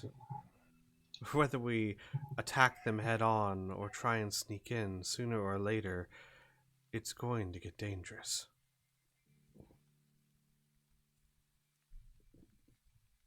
And, I mean, we're quiet, but there's 30 of us.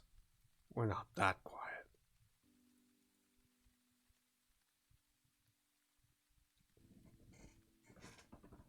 Amelia is quiet for a moment and doesn't really quite meet Eris's gaze. I would just prefer there be less cannon fodder. How many different points of entry can we set alarms off at once?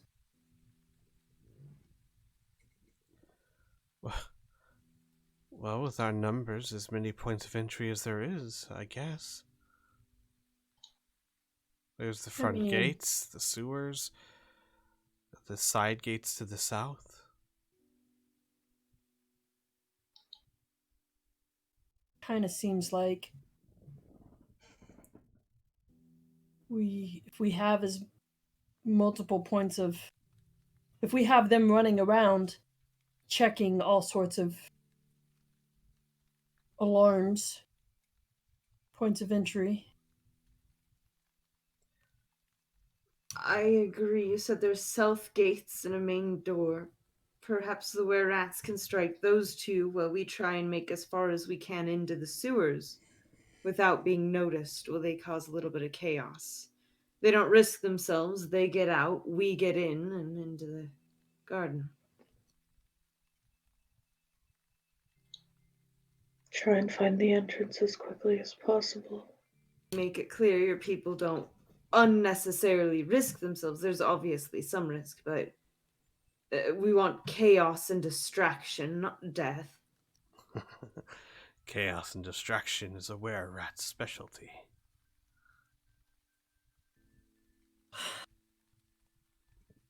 But that would leave you all alone inside, facing who knows what, Eris says. That's gonna happen at any point. Anyways, I mean,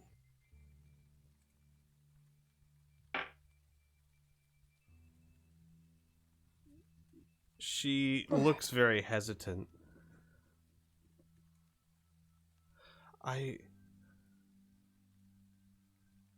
Ross, Mary, I don't want you to go alone, but Drow? I don't know if my people can face them head on.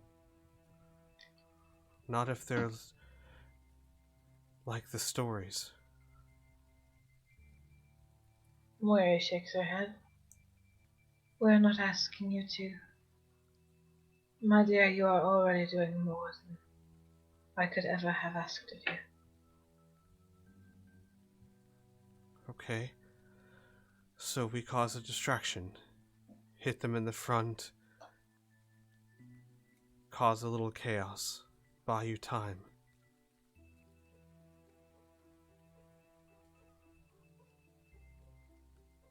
I mean, even if we slip in, they weren't able to see the rope trick. Well, at least they weren't able to dispel it. The only reason they knew about it is because of the gem. Which, by the way, I assume is safely back in its box in the bag of holding. Yes. Fucking better be. Yeah. Just making sure. Maybe if we can get inside, we can hide long enough for them to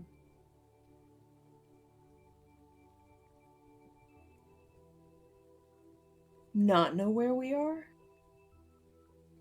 No, I if think we're it going to be was- doing this, we should do it quickly. Okay.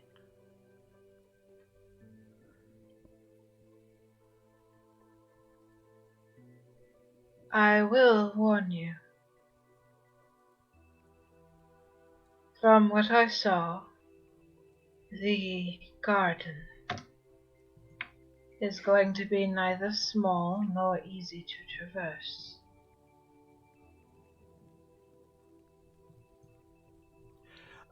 Well, I will let you know, Mary. While it wasn't small for a garden, it also wasn't like... I mean, think... From what you saw, a very, very large room, or maybe a small courtyard size. It's not like hundreds and hundreds and hundreds of feet or anything. Gotcha, okay. But just like, so to be clear, it's just very dense foliage, yes? Yes. Okay. So I will amend that to say it's not going to be easy to traverse, it might be small.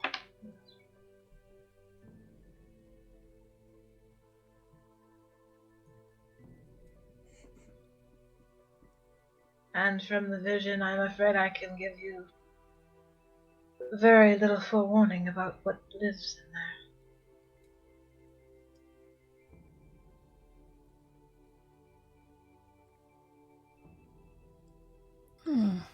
Weary, Hmm. go ahead and roll me a retroactive perception check. It occurs to me that you may have seen a little bit better what's there. You may not have. The scrying spell is complicated, but you would have known to be looking at it. You saw that there were some pathways. You saw that there was a giant green marble statue of an elephant. And you saw that there was a fountain in the back of the garden. Gotcha. We will sit back and think for a moment. I seem to be rather fond of elephants. I do believe we will probably see one or two.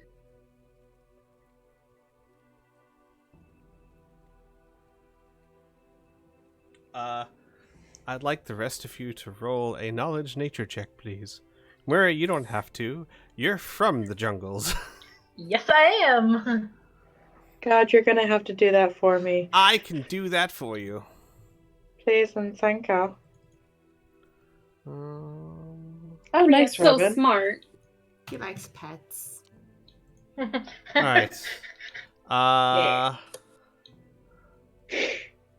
Robin and Amelia and Aras, you've all heard of elephants, so I won't bother describing them because you know what elephants are, but your characters have heard of them. You've never seen one.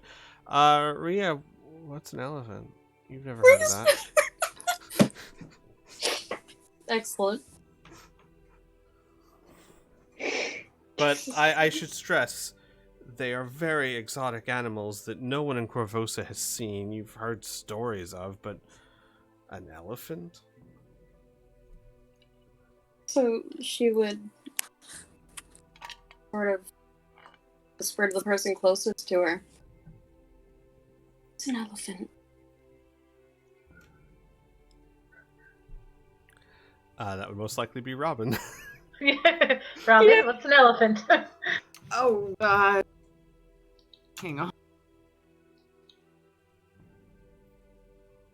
It's a big creature, long trunk, nose and upper lip, column-like legs, big head, temporal glands, wide flat ears, grayish brown, some body hair.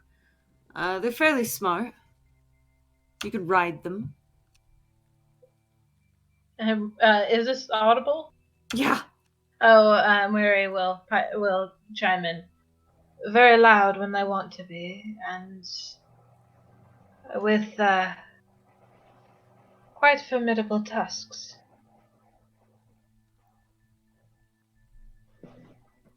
I think Robin has... No, he doesn't. Yes, he does. No, he doesn't. I thought I had an illusion, but I don't. That's a different rogue on a different game. Hmm.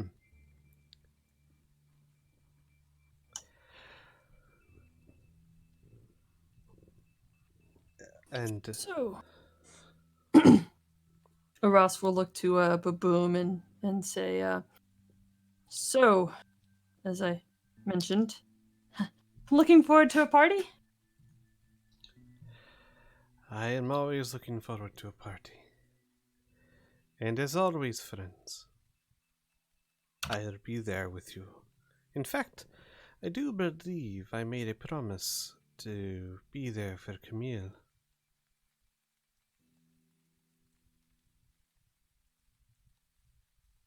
Oh, When we take her down, yes. promise to do that part for free.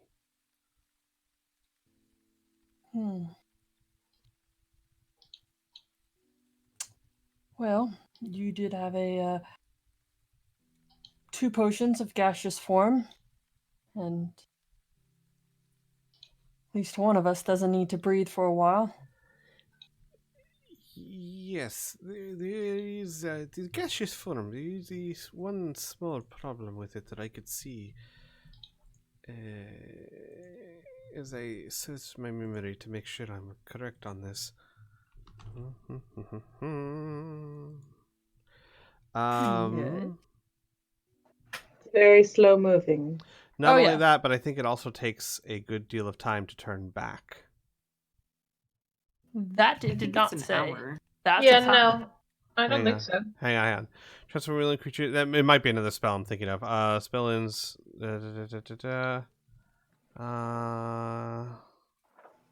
It lasts for an hour, and I Yeah. don't think it's an Okay, action to yeah. to It's do it. concentration, so she Yeah. does not move. Okay. No, there's another spell. I think it's like maybe wind walking or something. Where Oh, yeah. it takes you time to go back into your. No, so never mind. Not because I was gonna say if it takes you some time, then like if some of you guys are in a fight and the rest of you are like, oh god, please turn back, But no, that doesn't seem to be a problem. So I amend what Baboon says. Oh, I must have been mistaken. I do have these.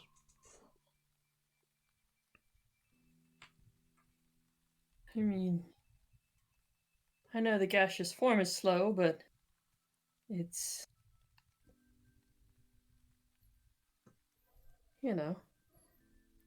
cover everybody. Destroy it, that is for sure. So, 2 of us could be gaseous. The rest invisible. Yep. This dust you'd have. How many people can it affect? That's only one person, unfortunately. Maybe, I don't know, Robin. You tend to, do well when people can't see you. And I mean, you can attack and still stay invisible for up to a minute. Oh, right. I mean, I'll do whatever you guys want me to. I'm here to support you completely. And kind of does a very rich bow. But we still want your opinion. And honestly, at this point, we may need it. More ideas we can come up with, hopefully, the more solid our plan can be. My primary concern is that if you put me away in a bag, I'm not able really to get out on my own, am I? Oh. So it might be better if I'm invisible and with you?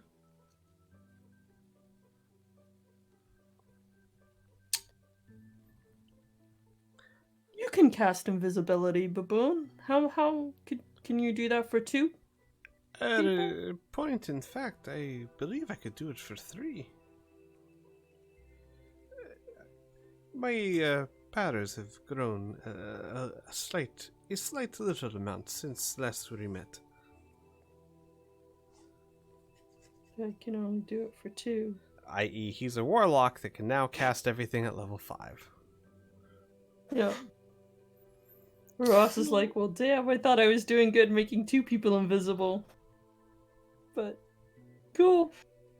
Why don't I actually, just to save on spells, because we're probably going to need it getting back out. We can use the bag to start. Get me out if you see any sign of trouble, though. You know, as long as you don't actually close the bag, Robin could just keep a hand out or something. And would be able to hear and get out on his own. I recall one time I used a trick like that. I entered a bag holding all the way up to my shoulders and kind of crawled through a very tight space.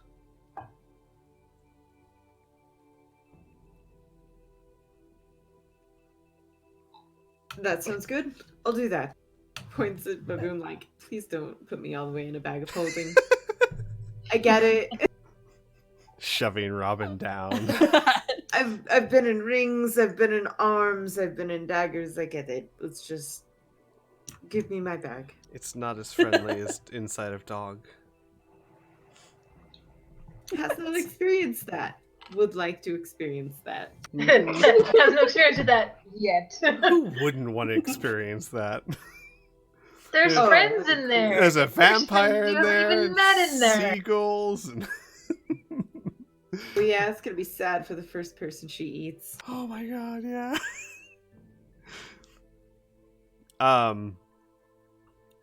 So, before we end the session, how about is there anything else you guys would want to prepare before I detail a couple of things?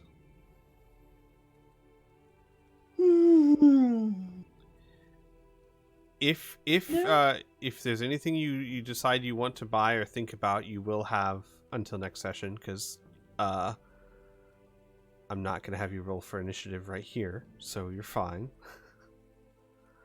But I was going to move things along a little bit, if you guys are okay with that, unless there's anything else you need to do.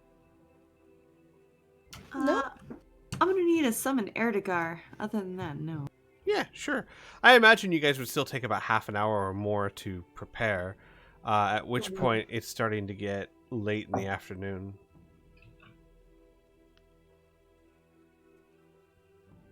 Are we counting this as a short rest? Yeah, absolutely. It would actually be probably more like 5 or 6 in the evening, because you guys took your long rest probably 9 in the morning. So that would have made it 5. So now it's 6. Actually, now that I'm thinking about it, it's probably more like 7 or 8. It's almost nightfall. Good. Maybe. Sort of. Possibly. The rats start making plans. They're going to divide up into groups and harass both gates. The plan, from what you hear, seems to be as little fighting as possible, but mostly rushing the gates, making a bunch of noise, maybe doing a little bit of arson, and doing what they can to sound much larger and more threatening than they are. Yes, we approve, especially the arson. And Miri will look over at Baboom.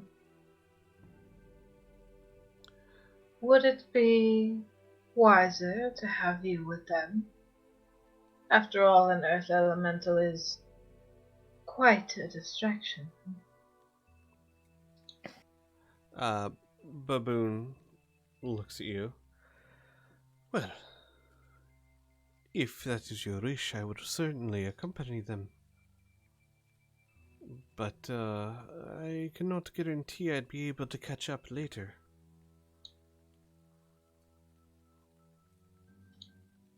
Can we not summon him? Once a day. yeah, we already did that. That's true. Okay. Okay. Ah, sorry. Forgot about that.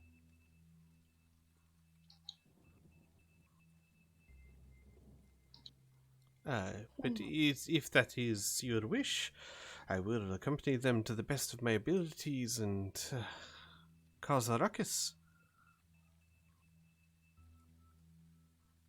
Miri shakes her head. I think we're going to need all the help we can get on the inside. He nods. As you wish. And he smiles a little bit at Murray. Yes, or Amelia. When there's a moment, Amelia's gonna pull Baboom off to the side a little bit. Hello.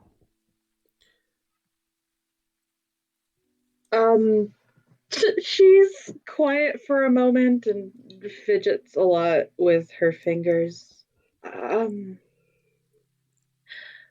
Sorry,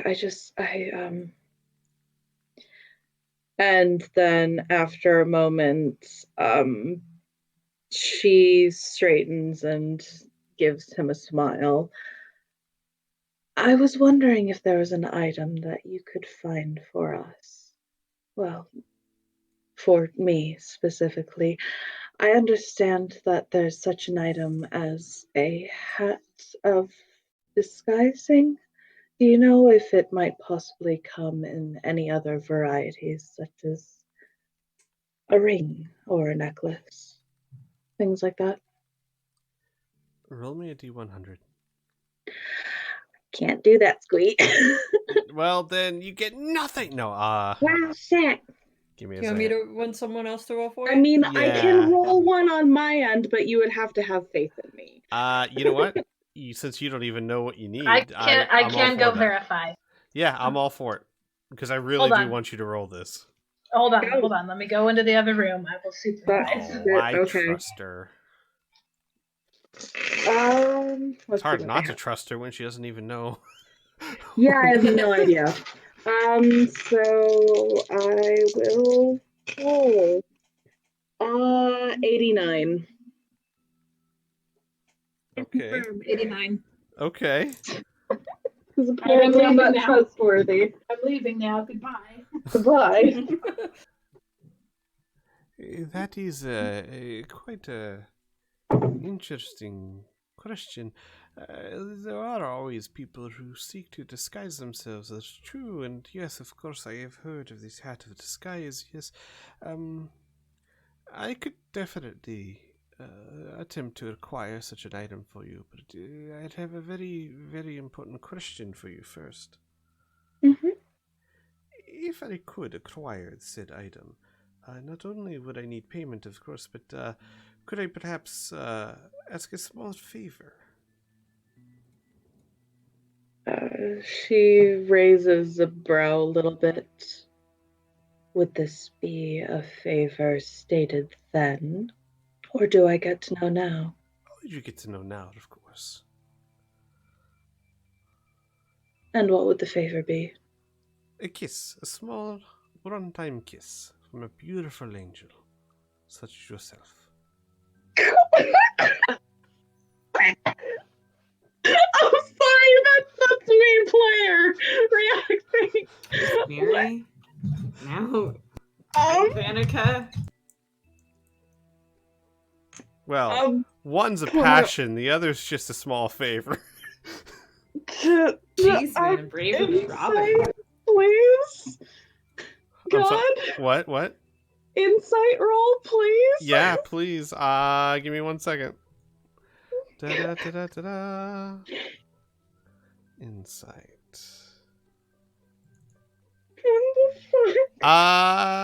He's very hard to read. It's Baboom.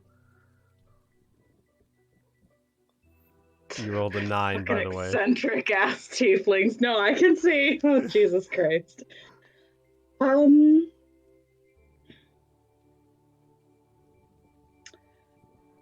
on. There's a small argument going on right now.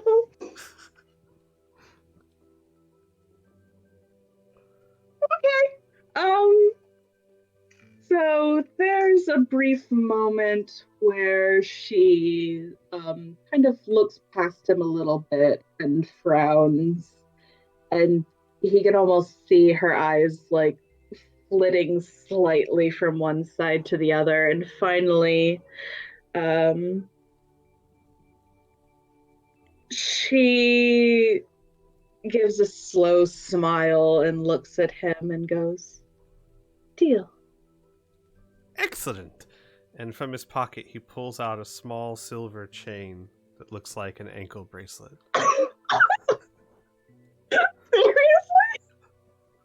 Oh my god, okay. It just so happened to have something that would fit exactly to your needs. And he grins, showing teeth. She smiles wide. And goes, "Well then, how much?" Give me a second.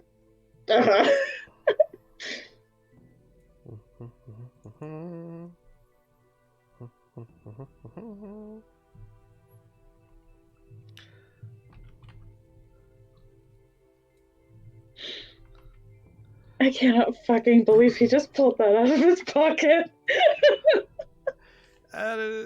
Poor Van. For you, in addition to the small favor that I'm asking, 2,500 gold.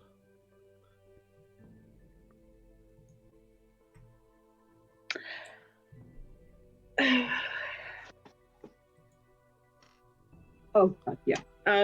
Just instantly deal. Excellent.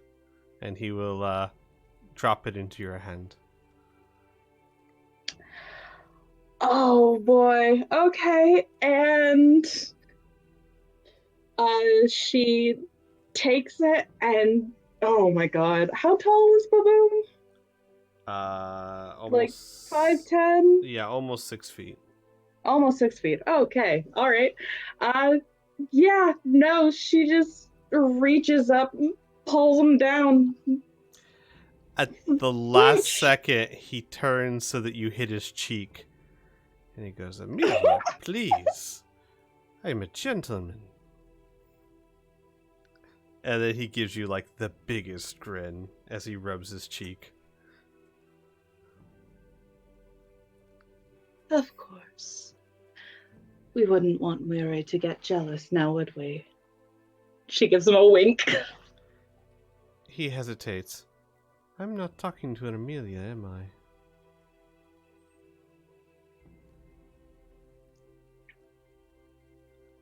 Very, very She just strange. smiles. He kind of like just very, very strange group I've made friends with. And then he just grins again, showing teeth.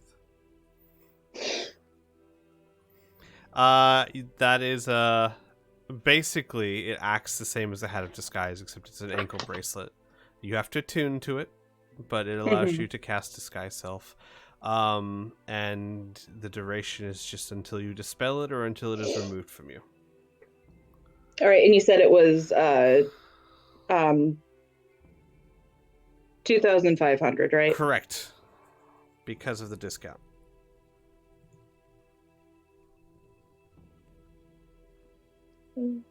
Disguise. Okay, cool, awesome.